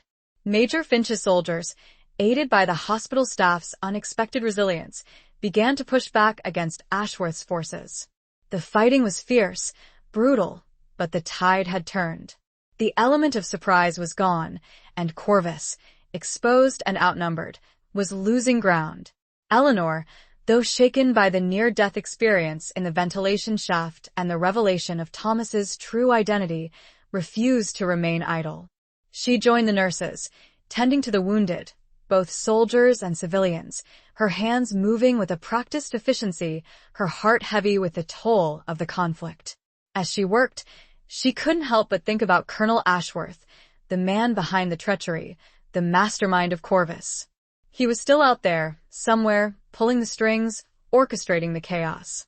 She knew that until he was captured, until Corvus was completely dismantled, the danger remained. Major Finch, his uniform stained with smoke and blood, approached her, his face grim, but his eyes holding a flicker of triumph. We're winning, he said. They're retreating. But Ashworth is gone. He slipped through our fingers. Eleanor felt a surge of frustration, a sense of unfinished business. We can't let him escape, she said. He's too dangerous. Major Finch nodded. I know, he said. We're searching for him. But he's like a ghost. He vanishes into thin air. He paused, looking at her intently. There's something else, he said. Something disturbing. We found evidence. In Ashworth's office. At the War Office. He handed her a small, leather-bound diary, its pages filled with Ashworth's elegant, meticulous handwriting. It's his journal, Major Finch explained. It contains details. Of his operations. Of his contacts. Eleanor took the diary, her fingers tracing the worn leather, her heart pounding in her chest. She opened it, her eyes scanning the pages, searching for any clue, any hint of Ashworth's whereabouts, of his plans. The diary was a chilling record of betrayal, a meticulous account of Ashworth's espionage activities, his meetings with enemy agents, his sabotage operations, his victims. Eleanor felt a surge of disgust, a sense of revulsion at the man's cold-blooded treachery. As she read, she noticed something. A recurring name, a person Ashworth referred to frequently, with a mixture of respect and affection. Lady Beatrice Worthington. Eleanor's breath caught in her throat. Lady Beatrice Worthington. She knew the name. She was a prominent socialite, a wealthy widow, a patron of the arts, a friend of Eleanor's mother. Could it be possible? Could Lady Beatrice, a woman of such high social standing, a woman who had entertained Eleanor and her mother in her lavish home, be involved in Corvus? Eleanor remembered Lady Beatrice, her elegant demeanor, her charming smile, her sharp, intelligent eyes. She remembered the subtle questions she had asked about Eleanor's work at the hospital, about her brother, Thomas. She remembered the feeling, a subtle unease, a sense that something wasn't quite right. She looked at Major Finch, her eyes filled with a mixture of disbelief and horror. Lady Beatrice Worthington, she said. She's mentioned in the diary. Frequently. Ashworth, he seems to trust her. Implicitly. Major Finch's jaw tightened. Lady Beatrice, he repeated, the name a whispered curse. We've suspected her. For some time. But we had no proof. She's well connected. Powerful. Untouchable. He paused, looking at Eleanor intently. The diary, it's the evidence we need, he said. But we need more. We need to catch her. In the act. We need to expose her. He explained his plan, a daring, risky operation that would require Eleanor's help, her social connections, her courage. She would act as a decoy, a seemingly unsuspecting guest at a gathering hosted by Lady Beatrice, a gathering that Ashworth was expected to attend. It's dangerous, Major Finch warned. Very dangerous. She's ruthless. She won't hesitate to eliminate anyone who stands in her way. Eleanor didn't hesitate. I'll do it, she said, her voice firm, despite the tremor in her hands. She had come this far. She couldn't back down now. She had a duty, a responsibility to expose the truth, to bring justice to the victims of Corvus, to avenge George Allen. She thought of Thomas, of his unwavering commitment to his brother's memory, of his sacrifice, his pain. She thought of Sarah Thompson, of her unwavering belief in her dead husband's words, of her courage and her resilience. Eleanor knew that she was stepping into a world of deception, of betrayal, of hidden agendas. She knew that she was risking her life, her reputation, everything she held dear. But she also knew that she was fighting for something greater, something more important than her own safety, her own happiness. She was fighting for justice, for truth, for a future free from the shadows of war, of espionage, of Corvus. The diary lay open on the table, a silent witness to the treachery that had unfolded and the treachery that was yet to come. The name Lady Beatrice Worthington seemed to shimmer on the page, a stark reminder of the enemy within, the spy among them, the woman who held the key to Ashworth's capture and to Eleanor's fate. The air in the room was thick with tension, with unspoken fears and a grim determination. And Eleanor, armed with a diary and a dangerous plan, prepared to face her most formidable adversary yet. Chapter 13. Whispers in the Dark. The gathering at Lady Beatrice Worthington's opulent townhouse was a glittering affair, a carefully orchestrated display of wealth and privilege, a stark contrast to the grim realities of wartime London. The air was thick with the scent of expensive perfume, the murmur of polite conversation, and the clinking of champagne glasses. Eleanor, dressed in a borrowed gown, felt like an imposter, a spy in a world of elegance and deception. She moved through the crowded rooms, her senses on high alert, her eyes scanning the faces, searching for any sign of Colonel Ashworth, of Lady Beatrice's true nature. She felt the weight of the rose brooch, hidden beneath her dress, a constant reminder of the danger she was in, of the task that lay ahead. Lady Beatrice greeted her with a warm smile, her eyes sparkling with something. Charm? Deception? Eleanor couldn't be sure. Eleanor, my dear, Lady Beatrice said, her voice smooth and melodious. So glad you could make it. Your mother sends her regards. She's terribly worried about you, you know. Working at that hospital. So dangerous. Eleanor forced a smile, her heart pounding in her chest. It's my duty, she replied, her voice carefully neutral. I want to help. In any way I can. Lady Beatrice nodded, her gaze lingering on Eleanor, assessing. Of course, my dear, she said. Such bravery. Such dedication. But one must be careful. These are treacherous times. One never knows who to trust. Her words were veiled, ambiguous, but Eleanor sensed the underlying threat, the subtle warning. Lady Beatrice knew. She knew that Eleanor was a threat, that she was investigating. As the evening progressed, Eleanor mingled with the guests, engaging in polite conversation, making observations, gathering information.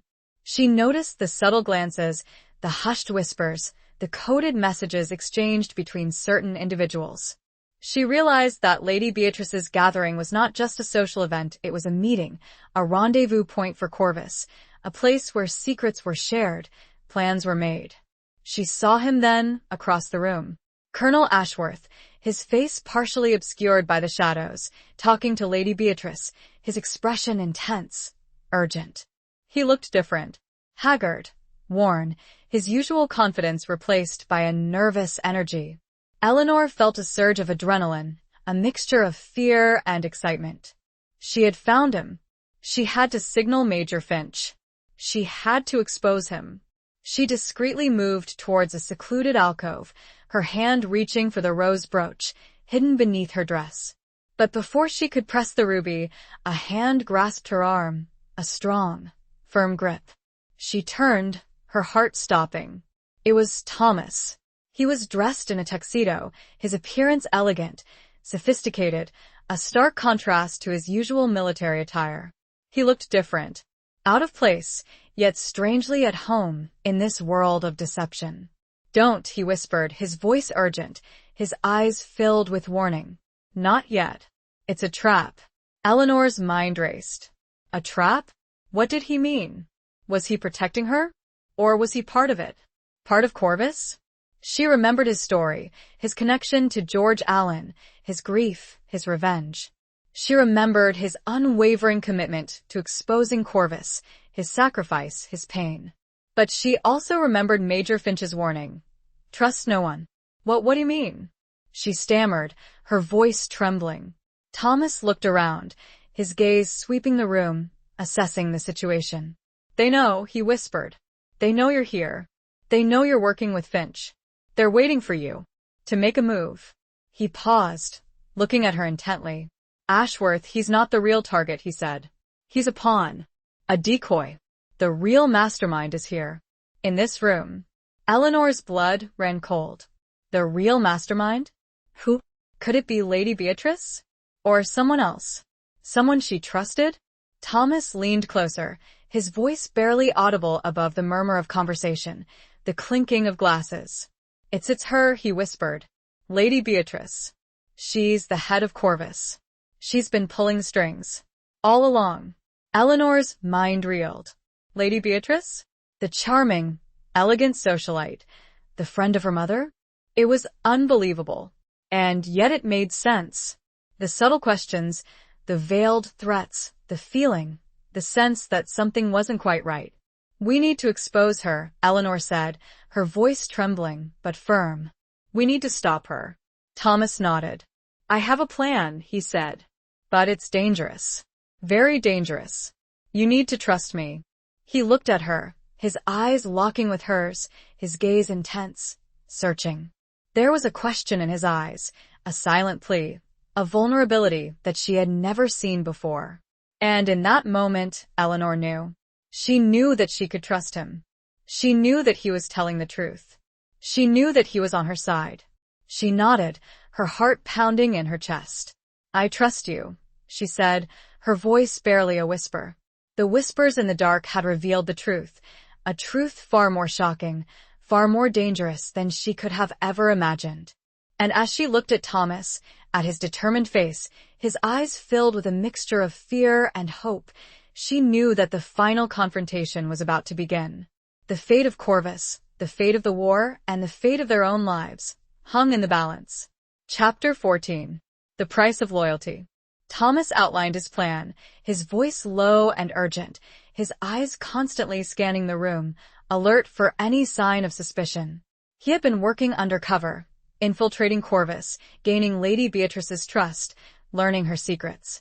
He had discovered that she was planning to escape, to flee the country with Ashworth, taking with her vital intelligence that could cripple the Allied war effort. "We need to stop her," Thomas said. "Before it's too late. We need to expose her. In front of everyone. We need to make sure she can't escape." The plan was audacious, risky, bordering on reckless.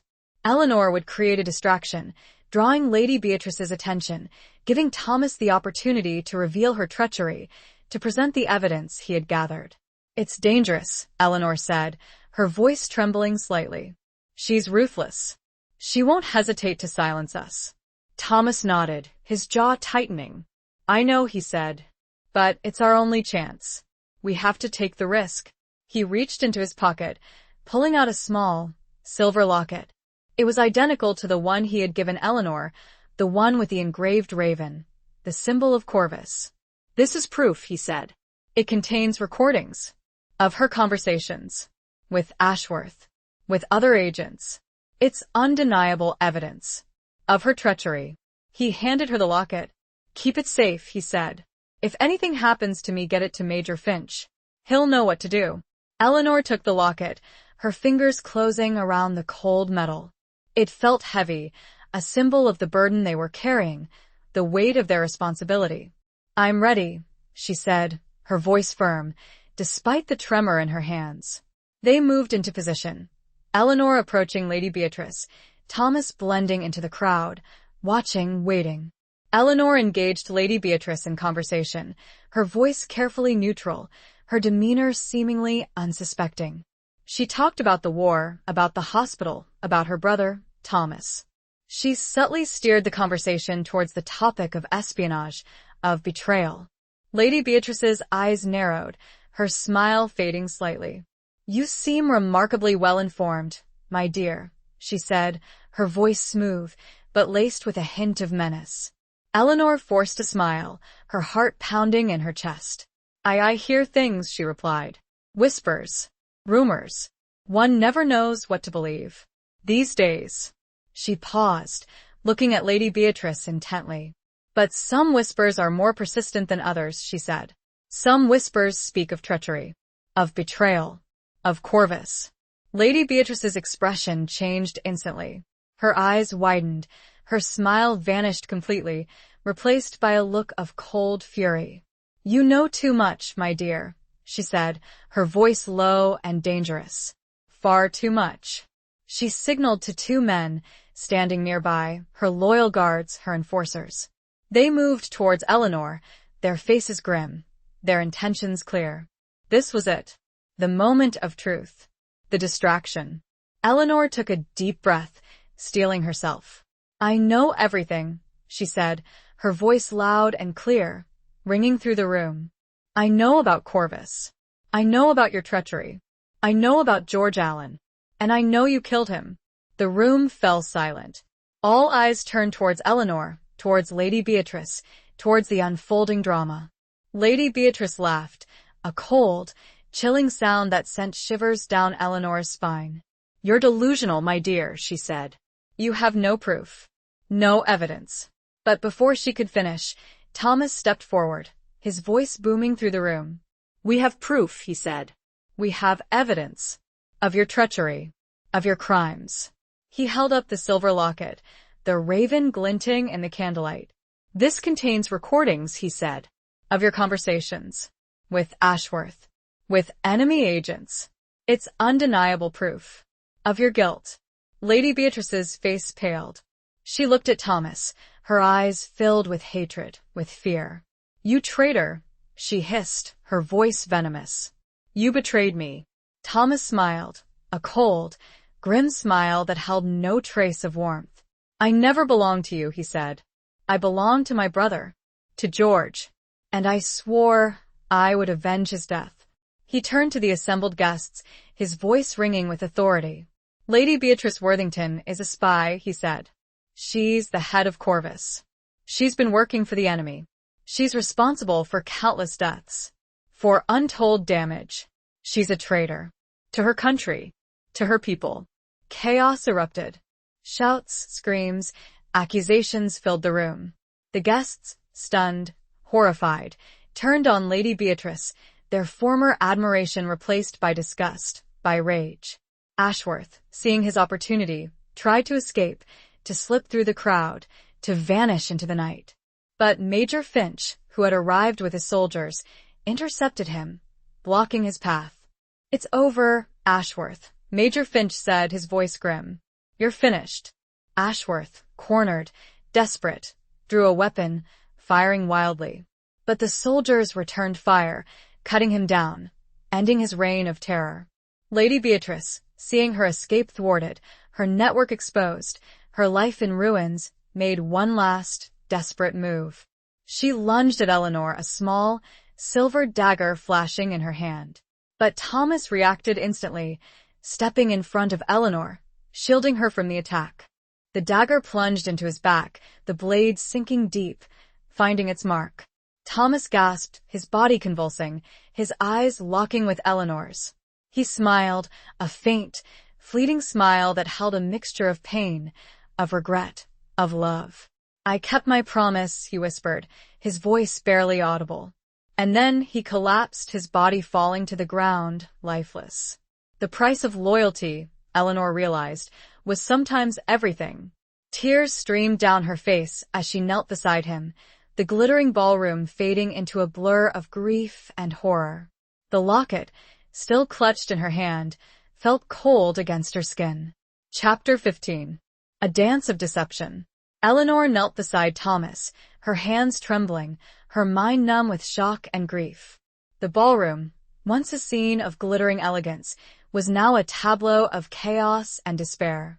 Lady Beatrice, her face contorted with rage and defeat, was restrained by Major Finch's soldiers, her reign of terror finally over. Ashworth lay dead, his body a stark reminder of the violence and betrayal that had permeated their lives. But Eleanor's focus was on Thomas, on his lifeless body, on the sacrifice he had made. He had saved her life, shielding her from Lady Beatrice's attack, fulfilling his promise to avenge his brother's death, to expose Corvus. He had paid the ultimate price, his loyalty unwavering, his courage unmatched. Major Finch knelt beside her, his face etched with sorrow. I'm so sorry, Eleanor," he said, his voice heavy with emotion. He was a brave man, a true hero. Eleanor couldn't speak, her throat choked with tears. She clutched the silver locket, the proof of Lady Beatrice's treachery, the symbol of Thomas's sacrifice. It was cold against her skin, a tangible reminder of the loss she had suffered, of the price of victory. The ballroom was cleared, the guests escorted out, the scene of the crime secured. Major Finch's soldiers took Lady Beatrice and the surviving members of Corvus into custody, their reign of terror finally brought to an end. Eleanor remained, kneeling beside Thomas, her grief overwhelming, her mind struggling to comprehend the events that had unfolded. She had come to this gathering, a pawn in a dangerous game of espionage, a decoy in a deadly trap. She had expected to face danger, to risk her life, but she had never imagined that she would lose Thomas, the man who had saved her, the man who had revealed his true identity, his connection to George Allen, his love for her. She remembered his words, his whispered confession in the ventilation shaft. "I'm a soldier who lost his way. A soldier who made mistakes. A soldier who's trying to make amends." He had made amends. He had redeemed himself, sacrificing his life to expose Corvus, to avenge his brother's death, to protect her. He had found his way back, his loyalty unwavering, his courage unmatched.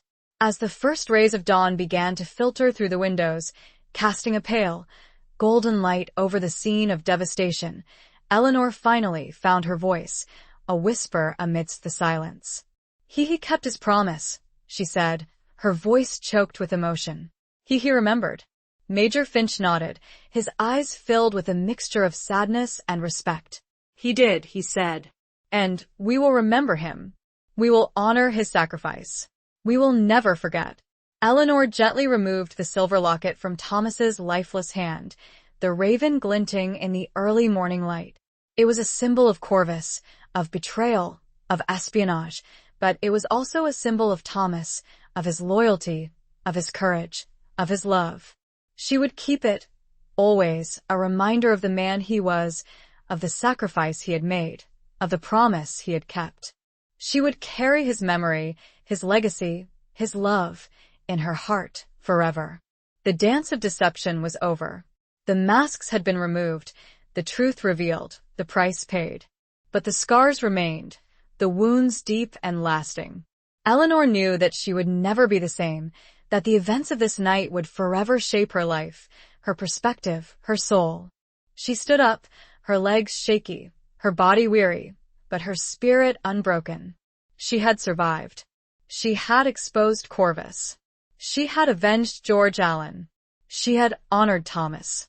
She looked around the ballroom, at the empty space where Thomas had fallen, at the lingering traces of the violence and betrayal that had unfolded. It was a scene of devastation, of loss, but it was also a scene of victory. The whispers in the dark had been silenced. The truth had been revealed. The price of loyalty had been paid. And Eleanor, a survivor, a warrior, a woman who had faced the darkness and emerged stronger, walked away, her head held high, her heart heavy, but her spirit unbroken. She had one last duty, to take the locket to Sarah. Outside, London was stirring. The sounds of a recovering city and the knowledge that she had played a part in that was small comfort against the hollowness she felt. But she would carry on. For Thomas. For George. For Sarah. And for herself. Chapter 16. The Raven's Omen. Eleanor, her heart heavy with grief and exhaustion, made her way to Whitechapel, to Sarah Thompson's house. The streets were quiet, the early morning air crisp and cold, a stark contrast to the opulent ballroom where she had spent the night, where Thomas had sacrificed his life. She clutched the silver locket, the one Thomas had given her before the confrontation, the one containing the recordings of Lady Beatrice's treachery. It was the final piece of evidence, the proof that would ensure justice was served, that George Allen's death would be avenged. She arrived at Sarah's house, the familiar scent of lavender greeting her as she knocked on the door. Sarah opened it, her eyes red-rimmed, her face etched with worry. She had heard the news, the reports of the attack at Lady Beatrice's, the rumors of espionage and betrayal. "Eleanor," she exclaimed, her voice filled with relief and concern. "Are you all right? I've been so worried. I heard about the fighting." About the spy. Eleanor nodded, her throat choked with emotion. She couldn't speak, the words caught in her throat, the image of Thomas's lifeless body still vivid in her mind. Sarah led her inside, her arm around Eleanor's shoulders, her touch comforting, supportive. The small house felt like a sanctuary, a haven from the chaos and violence of the outside world. "Tell me," Sarah said, her voice gentle, her eyes filled with understanding. "Tell me everything." Eleanor took a deep breath, trying to steady her trembling hands. She recounted the events of the night, the confrontation at Lady Beatrice's, Thomas's sacrifice, the exposure of Corvus. She told Sarah everything, her voice trembling with emotion, her words painting a vivid picture of the courage, the betrayal, the loss. Sarah listened intently, her face pale, her eyes filled with tears. When Eleanor had finished, she sat in silence for a moment, her hands clasped tightly in her lap. He was a good man," Sarah said finally, her voice choked with emotion. "Thomas, he was like a brother to George. He promised he would find out the truth. He kept his promise." Eleanor nodded, her own tears flowing freely. She reached into her pocket, pulling out the silver locket, the one Thomas had given her. This is for you," she said, her voice barely a whisper. "It's proof of Lady Beatrice's treachery, of George's murder. Thomas, he wanted you to have it." Sarah took the locket, her fingers closing around the cold metal. It was identical to the one Eleanor wore, the one Major Finch had given her, the one with the engraved raven, the symbol of Corvus. But this locket held a different meaning, a different significance. It was a symbol of Thomas, of his loyalty, of his courage, of his love for his brother, for Eleanor, for justice. Sarah opened the locket, her eyes scanning the intricate mechanism inside. She recognized it instantly. It was a miniature recording device, a sophisticated piece of technology, hidden within a beautiful piece of jewelry. She pressed a small button, and a faint voice filled the room, a voice she recognized, a voice she had thought she would never hear again. It was Thomas, his voice clear and strong, reciting a poem he had written for George, a poem about brotherhood, about loyalty, about remembrance. The Raven's Omen, dark and deep, a secret whispered, truths to keep. Across the fields, where heroes fall, a brother's bond, surpassing all. Eleanor and Sarah listened, tears streaming down their faces, the words echoing in the small room, a testament to the bond between the two brothers, a tribute to their courage, their sacrifice, their love. The poem ended, and a different voice filled the room, a woman's voice, smooth and elegant, but laced with a hint of menace. It was Lady Beatrice, her voice recorded in secret, her conversations with Ashworth, with other enemy agents, revealing her treachery, her plans, her crimes. The evidence was undeniable, irrefutable. Lady Beatrice's guilt was exposed, her reign of terror brought to an end. Justice would be served. George Allen's death would be avenged. Thomas's sacrifice would not be in vain. Sarah closed the locket, her hands trembling.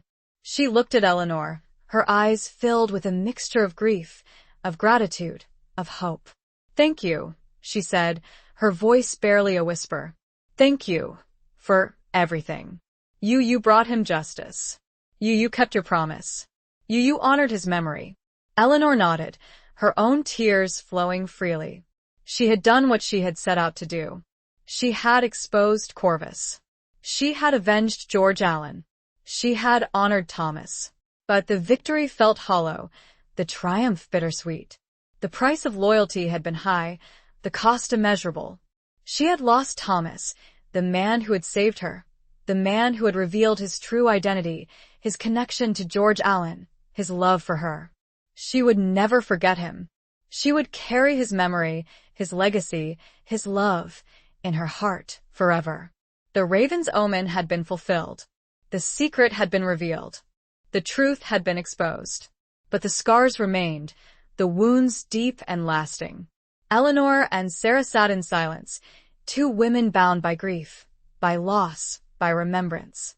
The small house felt like a sanctuary, a haven from the chaos and violence of the outside world, but it was also a place of mourning, of healing, of hope.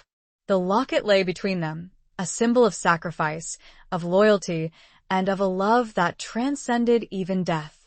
Outside, London continued its slow recovery. But in this small room, time seemed to stand still, suspended between grief and a fragile, uncertain future. Chapter 17. Lost in the Labyrinth.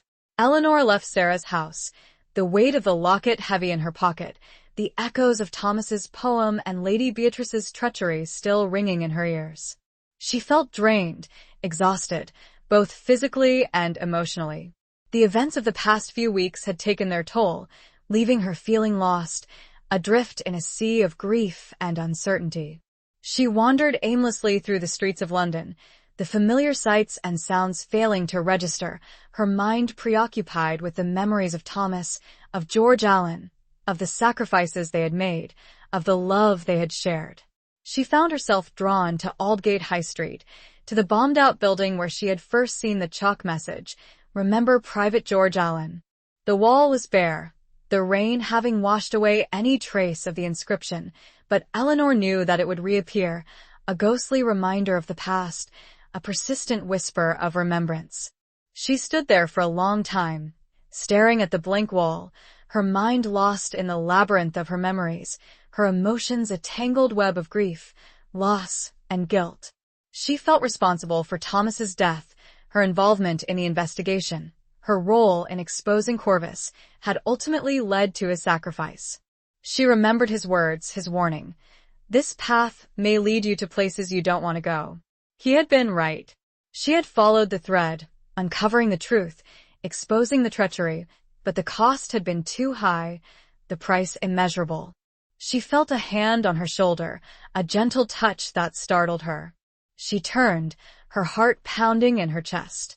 It was Major Finch, his face etched with concern, his eyes filled with sympathy. "Eleanor," he said, his voice soft, his tone reassuring. "Are you all right? I've been looking for you." Eleanor shook her head, her throat choked with emotion.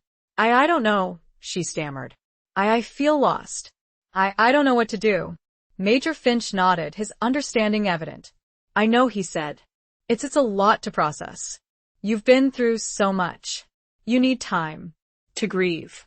To heal." He led her to a nearby bench, a quiet corner in a small park, away from the hustle and bustle of the city. They sat in silence for a moment, the only sound the gentle rustling of the leaves, the distant chirping of birds. Thomas, he was a hero, Major Finch said finally, his voice breaking the silence. He saved your life. He exposed Corvus.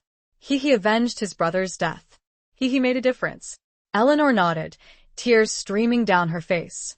I know, she whispered, but it wasn't worth it. He shouldn't have died. He had so much to live for. Major Finch put his arm around her, his touch comforting, supportive. I know, he said. It's not fair. War, it takes the best of us. It leaves the rest of us to pick up the pieces. He paused, looking at her intently. But we can't give up, he said. We have to keep fighting. We have to honor their sacrifice. We have to build a better world. A world free from the shadows of war, of espionage, of betrayal. His words resonated with Eleanor, stirring something within her, a flicker of hope, a spark of resilience. She had lost Thomas, but she had also gained something, a sense of purpose, a determination to carry on his fight, to honor his memory, to make a difference. I want to help, she said, her voice trembling, but firm. I want to continue your work. I want to fight for justice, for truth, for a better future. Major Finch smiled, a faint, fleeting smile that held a mixture of pride, of gratitude, of hope. I know you will, he said. You have a gift, Eleanor. A gift for uncovering the truth. A gift for fighting for what's right. A gift for making a difference. He reached into his pocket, pulling out a small, silver pin. It was a replica of the rose brooch, the one he had given her, the one that had contained the transmitter. But this pin was different. It was solid silver, the ruby replaced by a small, engraved inscription, Remembrance. This is for you, he said, handing it to her. A symbol of your courage, of your dedication, of your commitment to the cause. Eleanor took the pin, her fingers closing around the cold metal. It felt heavy, a symbol of the responsibility she was accepting, the burden she was carrying. But it also felt empowering, a reminder of the strength she possessed, the resilience she had discovered, the hope she held within her. Thank you, she said, her voice barely a whisper. They sat in silence for a moment, the sun setting behind the buildings, casting long shadows across the park, the city slowly falling into darkness. But the darkness held no fear for Eleanor, no longer.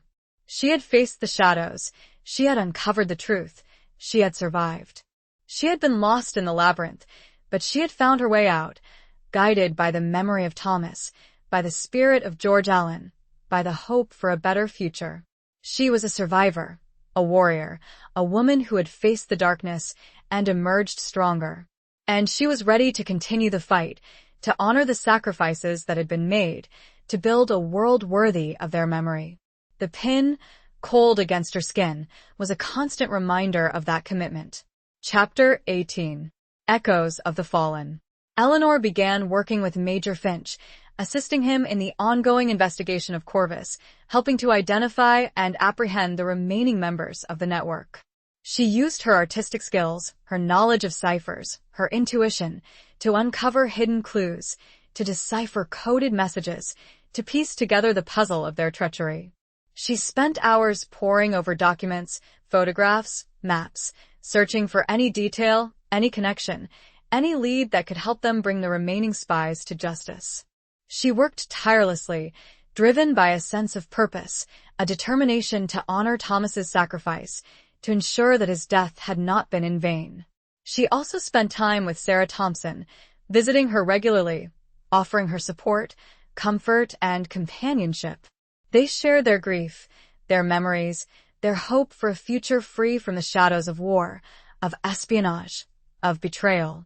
They visited George Allen's grave, a simple wooden cross in a vast military cemetery, a stark reminder of the countless lives lost, the countless families shattered by the conflict.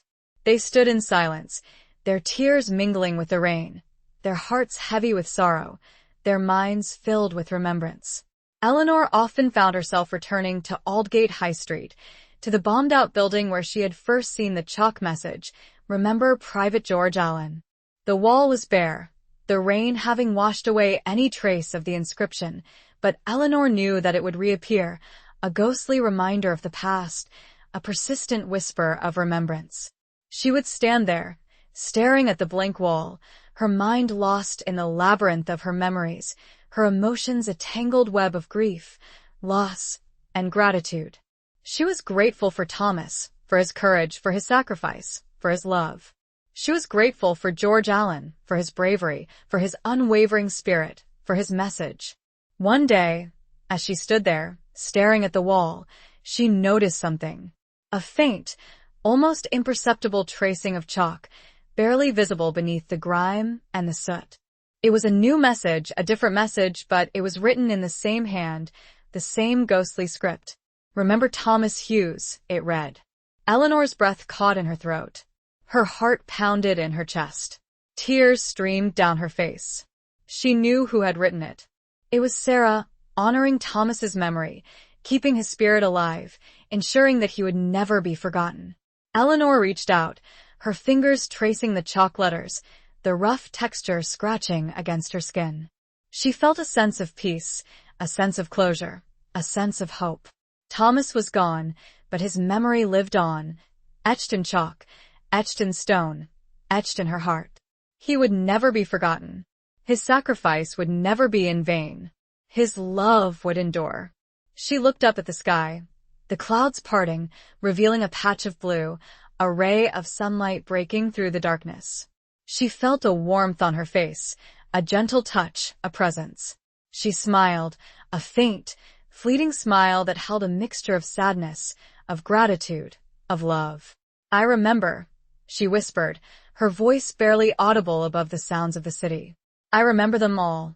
The echoes of the fallen resonated around her, a chorus of voices, a symphony of memories, a testament to the courage, the sacrifice, the love that had endured through the darkness of war, of espionage, of betrayal.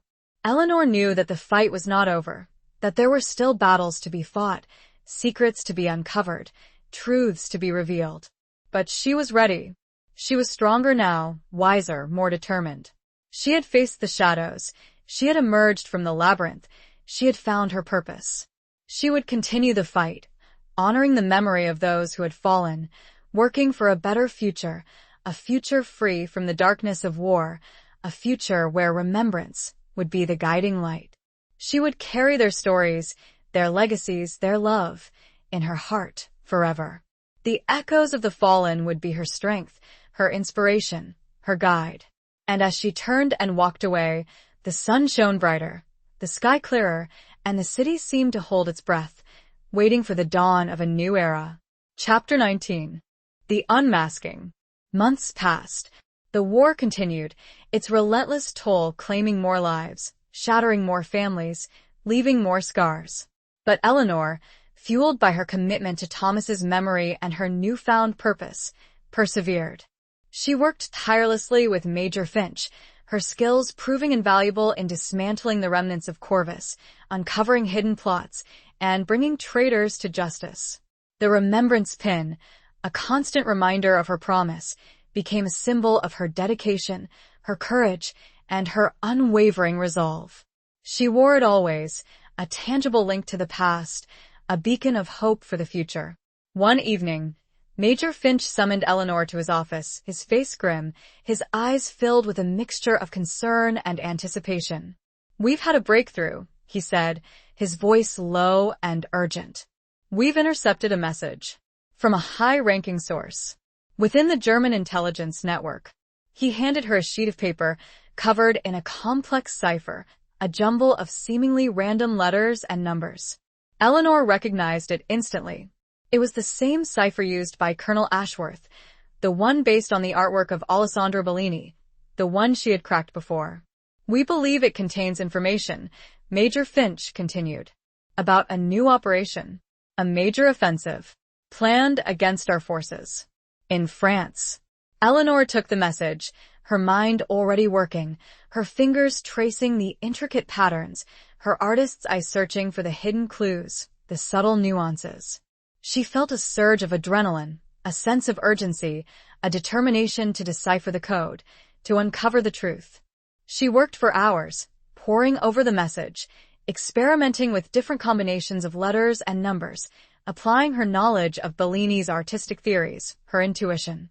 The room was silent, the only sound the scratching of her pencil on the paper, the frantic rhythm of her thoughts. Finally, as dawn began to break, casting a pale, gray light through the window, she found it. The key, the hidden pattern, the solution. She began to decode the message, translating the artistic symbols into words, revealing the hidden plan, the terrifying truth. The message revealed a coordinated attack, a massive offensive against a strategic point on the Western Front, a point held by British forces. The attack was scheduled for the following week, coinciding with a shift change, a period of vulnerability. Eleanor's blood ran cold. The scale of the planned offensive was staggering, the potential casualties immense. If they didn't act quickly, if they didn't warn the troops, if they didn't stop the attack, it could be a devastating blow, a turning point in the war. She looked at Major Finch, her eyes filled with alarm. "We have to warn them," she said, her voice trembling. "We have to stop this. We have to prevent this massacre." Major Finch nodded, his jaw tightening. "I know," he said. "We're mobilizing our forces. We're sending reinforcements. We're doing everything we can." He paused, looking at her intently. "But there's something else," he said. Something disturbing. The message, it contained a signature, a code name, of the German agent, responsible for the operation. He handed her another sheet of paper, a single word, written in a bold, elegant script. "Watchman." Eleanor's heart stopped. The watchman. It couldn't be. It was impossible. Thomas. But Thomas was dead. He had sacrificed his life, saving her, exposing Corvus, avenging his brother's death. He was a hero, a patriot. He couldn't be a traitor. Could he? Eleanor's mind reeled, her thoughts a chaotic jumble of disbelief, of denial, of doubt. She remembered his words, his whispered confession. "I'm a soldier who lost his way." A soldier who made mistakes. Had he made a mistake? A fatal mistake? Had he been playing a double game? All along? She remembered his unwavering commitment to exposing Corvus, his sacrifice, his pain. She remembered his love for his brother, his grief, his revenge. But she also remembered Major Finch's warning. Trust no one. She looked at Major Finch, her eyes filled with confusion, with anguish. It can't be," she stammered. "Thomas, he's dead. He sacrificed himself. He was a hero." Major Finch's expression softened, his eyes filled with sympathy, with understanding. "I know, Eleanor," he said. "I know how you feel. But the evidence, it's undeniable. The codename, the cipher, the information. It all points to him." He paused, his voice heavy with emotion. "I'm so sorry," he said. "I know this is difficult, but we have to face the truth, no matter how painful." Eleanor felt a wave of nausea, a surge of despair. The world seemed to crumble around her, her beliefs shattered, her trust betrayed, her love tainted. The man she had loved, the man she had admired, the man she had believed to be a hero, was a traitor. The watchman, the protector, the avenger, was the enemy. The unmasking was complete. The truth, raw and brutal, lay bare before her. And Eleanor, once again, found herself lost in the labyrinth, her heart broken, her spirit shattered.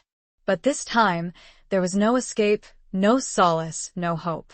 The echoes of the fallen now sounded like a mocking chorus, a testament to the ultimate betrayal. The weight of it all pressed down, crushing her beneath its unbearable burden. Chapter 20. The Reckoning of Souls. The revelation that Thomas, the man Eleanor had loved and trusted, was the watchman, a German spy, shattered her world. The foundations of her belief, her loyalty, her love, crumbled beneath her, leaving her adrift in a sea of despair and disillusionment. Major Finch, despite his own shock and disappointment, offered her support, understanding, and a grim determination to uncover the truth, to unravel the tangled web of Thomas's deception. "We need to understand," he said, his voice heavy with emotion. "We need to know why. We need to find out how long. We need to assess the damage. He launched a full-scale investigation, delving into Thomas's past, his military records, his connections. He questioned Sarah Thompson, revisiting every detail of their conversations, searching for any clue, any hint of Thomas's double life. Eleanor, despite her grief and confusion, assisted in the investigation, driven by a desperate need to understand, to reconcile the image of the man she had loved with the reality of his betrayal. She revisited her memories, re-examining every conversation, every encounter, every moment they had shared, searching for any sign, any indication that she had missed, that she had ignored. The investigation revealed a complex and disturbing truth. Thomas, it turned out, had been recruited by German intelligence years before the war, during his time at university. He had been a brilliant student, a gifted linguist, a charismatic individual, making him a prime target for recruitment. He had been seduced by promises of power, of influence, of a better world.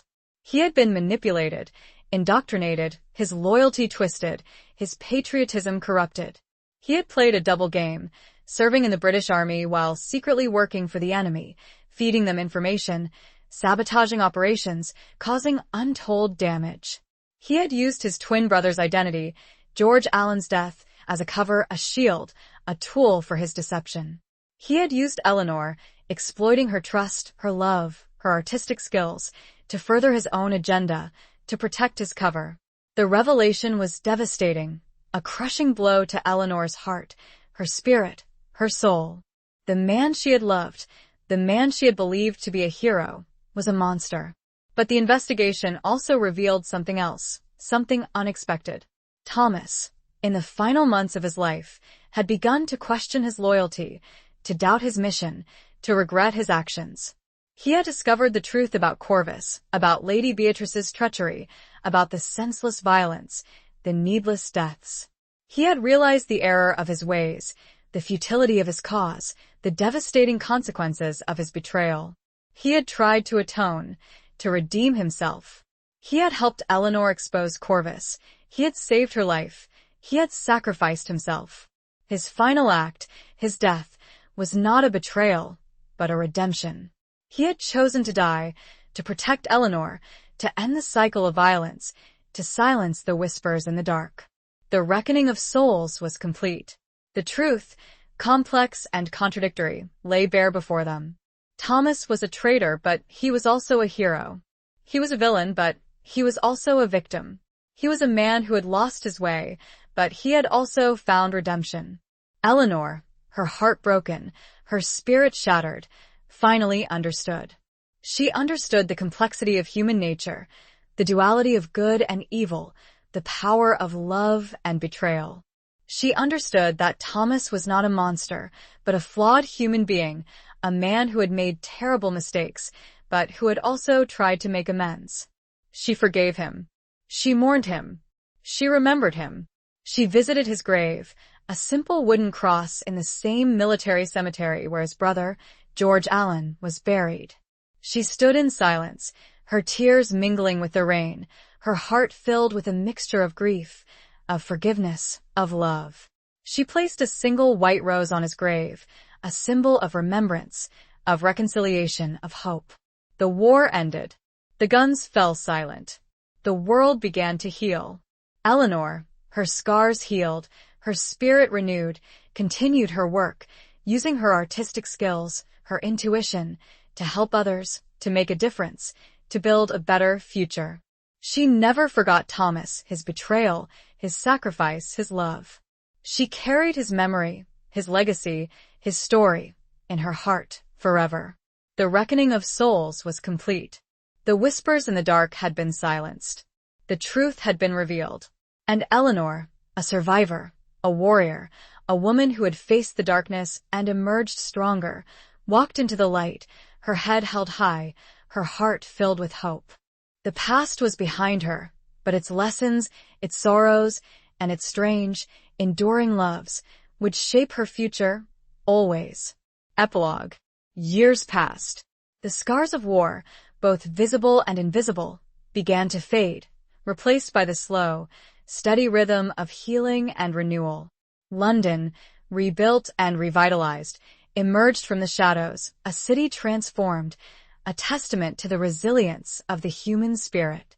Eleanor, her hair now streaked with silver, her eyes reflecting the wisdom and experience of a life lived fully, often found herself walking along Aldgate High Street, pausing before the old, weathered wall where the chalk message, "Remember Private George Allen," had first appeared, sparking a chain of events that had changed her life forever.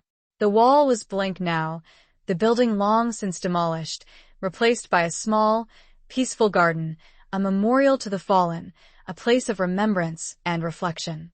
But Eleanor could still see the ghostly tracing of the chalk letters, the persistent whisper of the past, the echoes of the lives lost, the sacrifices made.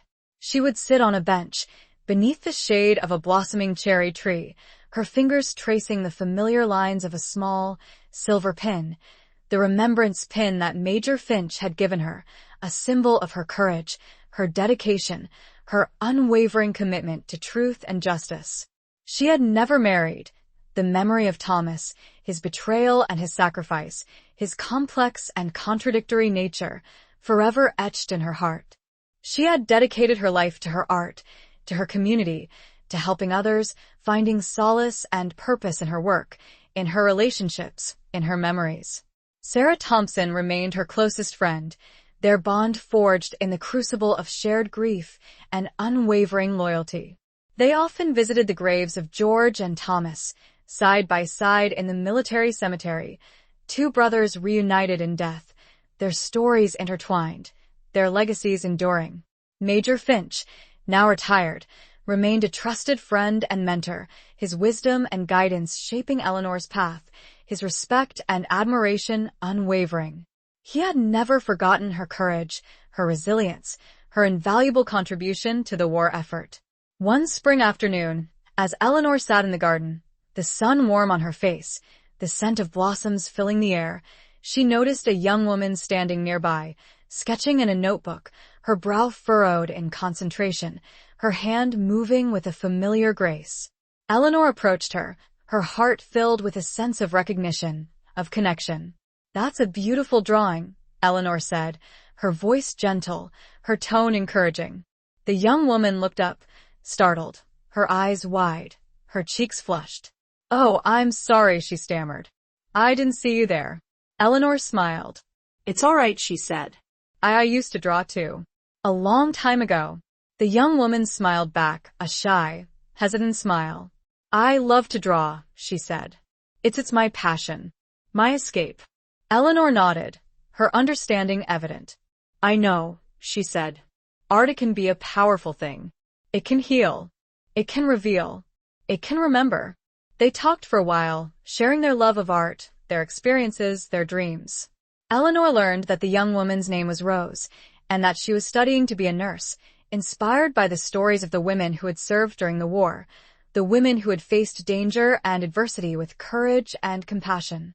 As Rose spoke, Eleanor saw a flicker of something in her eyes, a spark of resilience, a hint of determination, a reflection of her own younger self. She realized that the cycle was continuing, that the spirit of remembrance, of courage, of hope, was being passed on generation to generation. The echoes of the fallen were still resonating, their legacies enduring, their stories inspiring new lives, new dreams, new beginnings. Eleanor reached into her pocket, pulling out the small, silver remembrance pin. She held it out to Rose, her hand trembling slightly. This was given to me," Eleanor said, her voice filled with emotion. "A long time ago, by a very special person. It's a symbol of courage, of dedication, of remembrance." Rose took the pin, her fingers closing around the cold metal. She looked at Eleanor, her eyes filled with curiosity, with respect, with understanding. "Thank you," she said, her voice barely a whisper. I will cherish it. Always." Eleanor smiled, a warm, genuine smile that reached her eyes, her heart filled with a sense of peace, of closure, of hope. The past was behind her, but its lessons, its sorrows, and its strange, enduring loves would continue to shape the future, inspiring new generations to fight for justice, to strive for truth, to remember. As Eleanor walked away, leaving Rose to her drawing, the sun shone brighter, the sky clearer, and the garden seemed to bloom with a renewed vibrancy, a testament to the enduring power of the human spirit, the resilience of hope, and the eternal flame of remembrance. The whispers of the past had faded, replaced by the promise of the future, a future built on the foundations of courage, sacrifice, and love. Epilogue.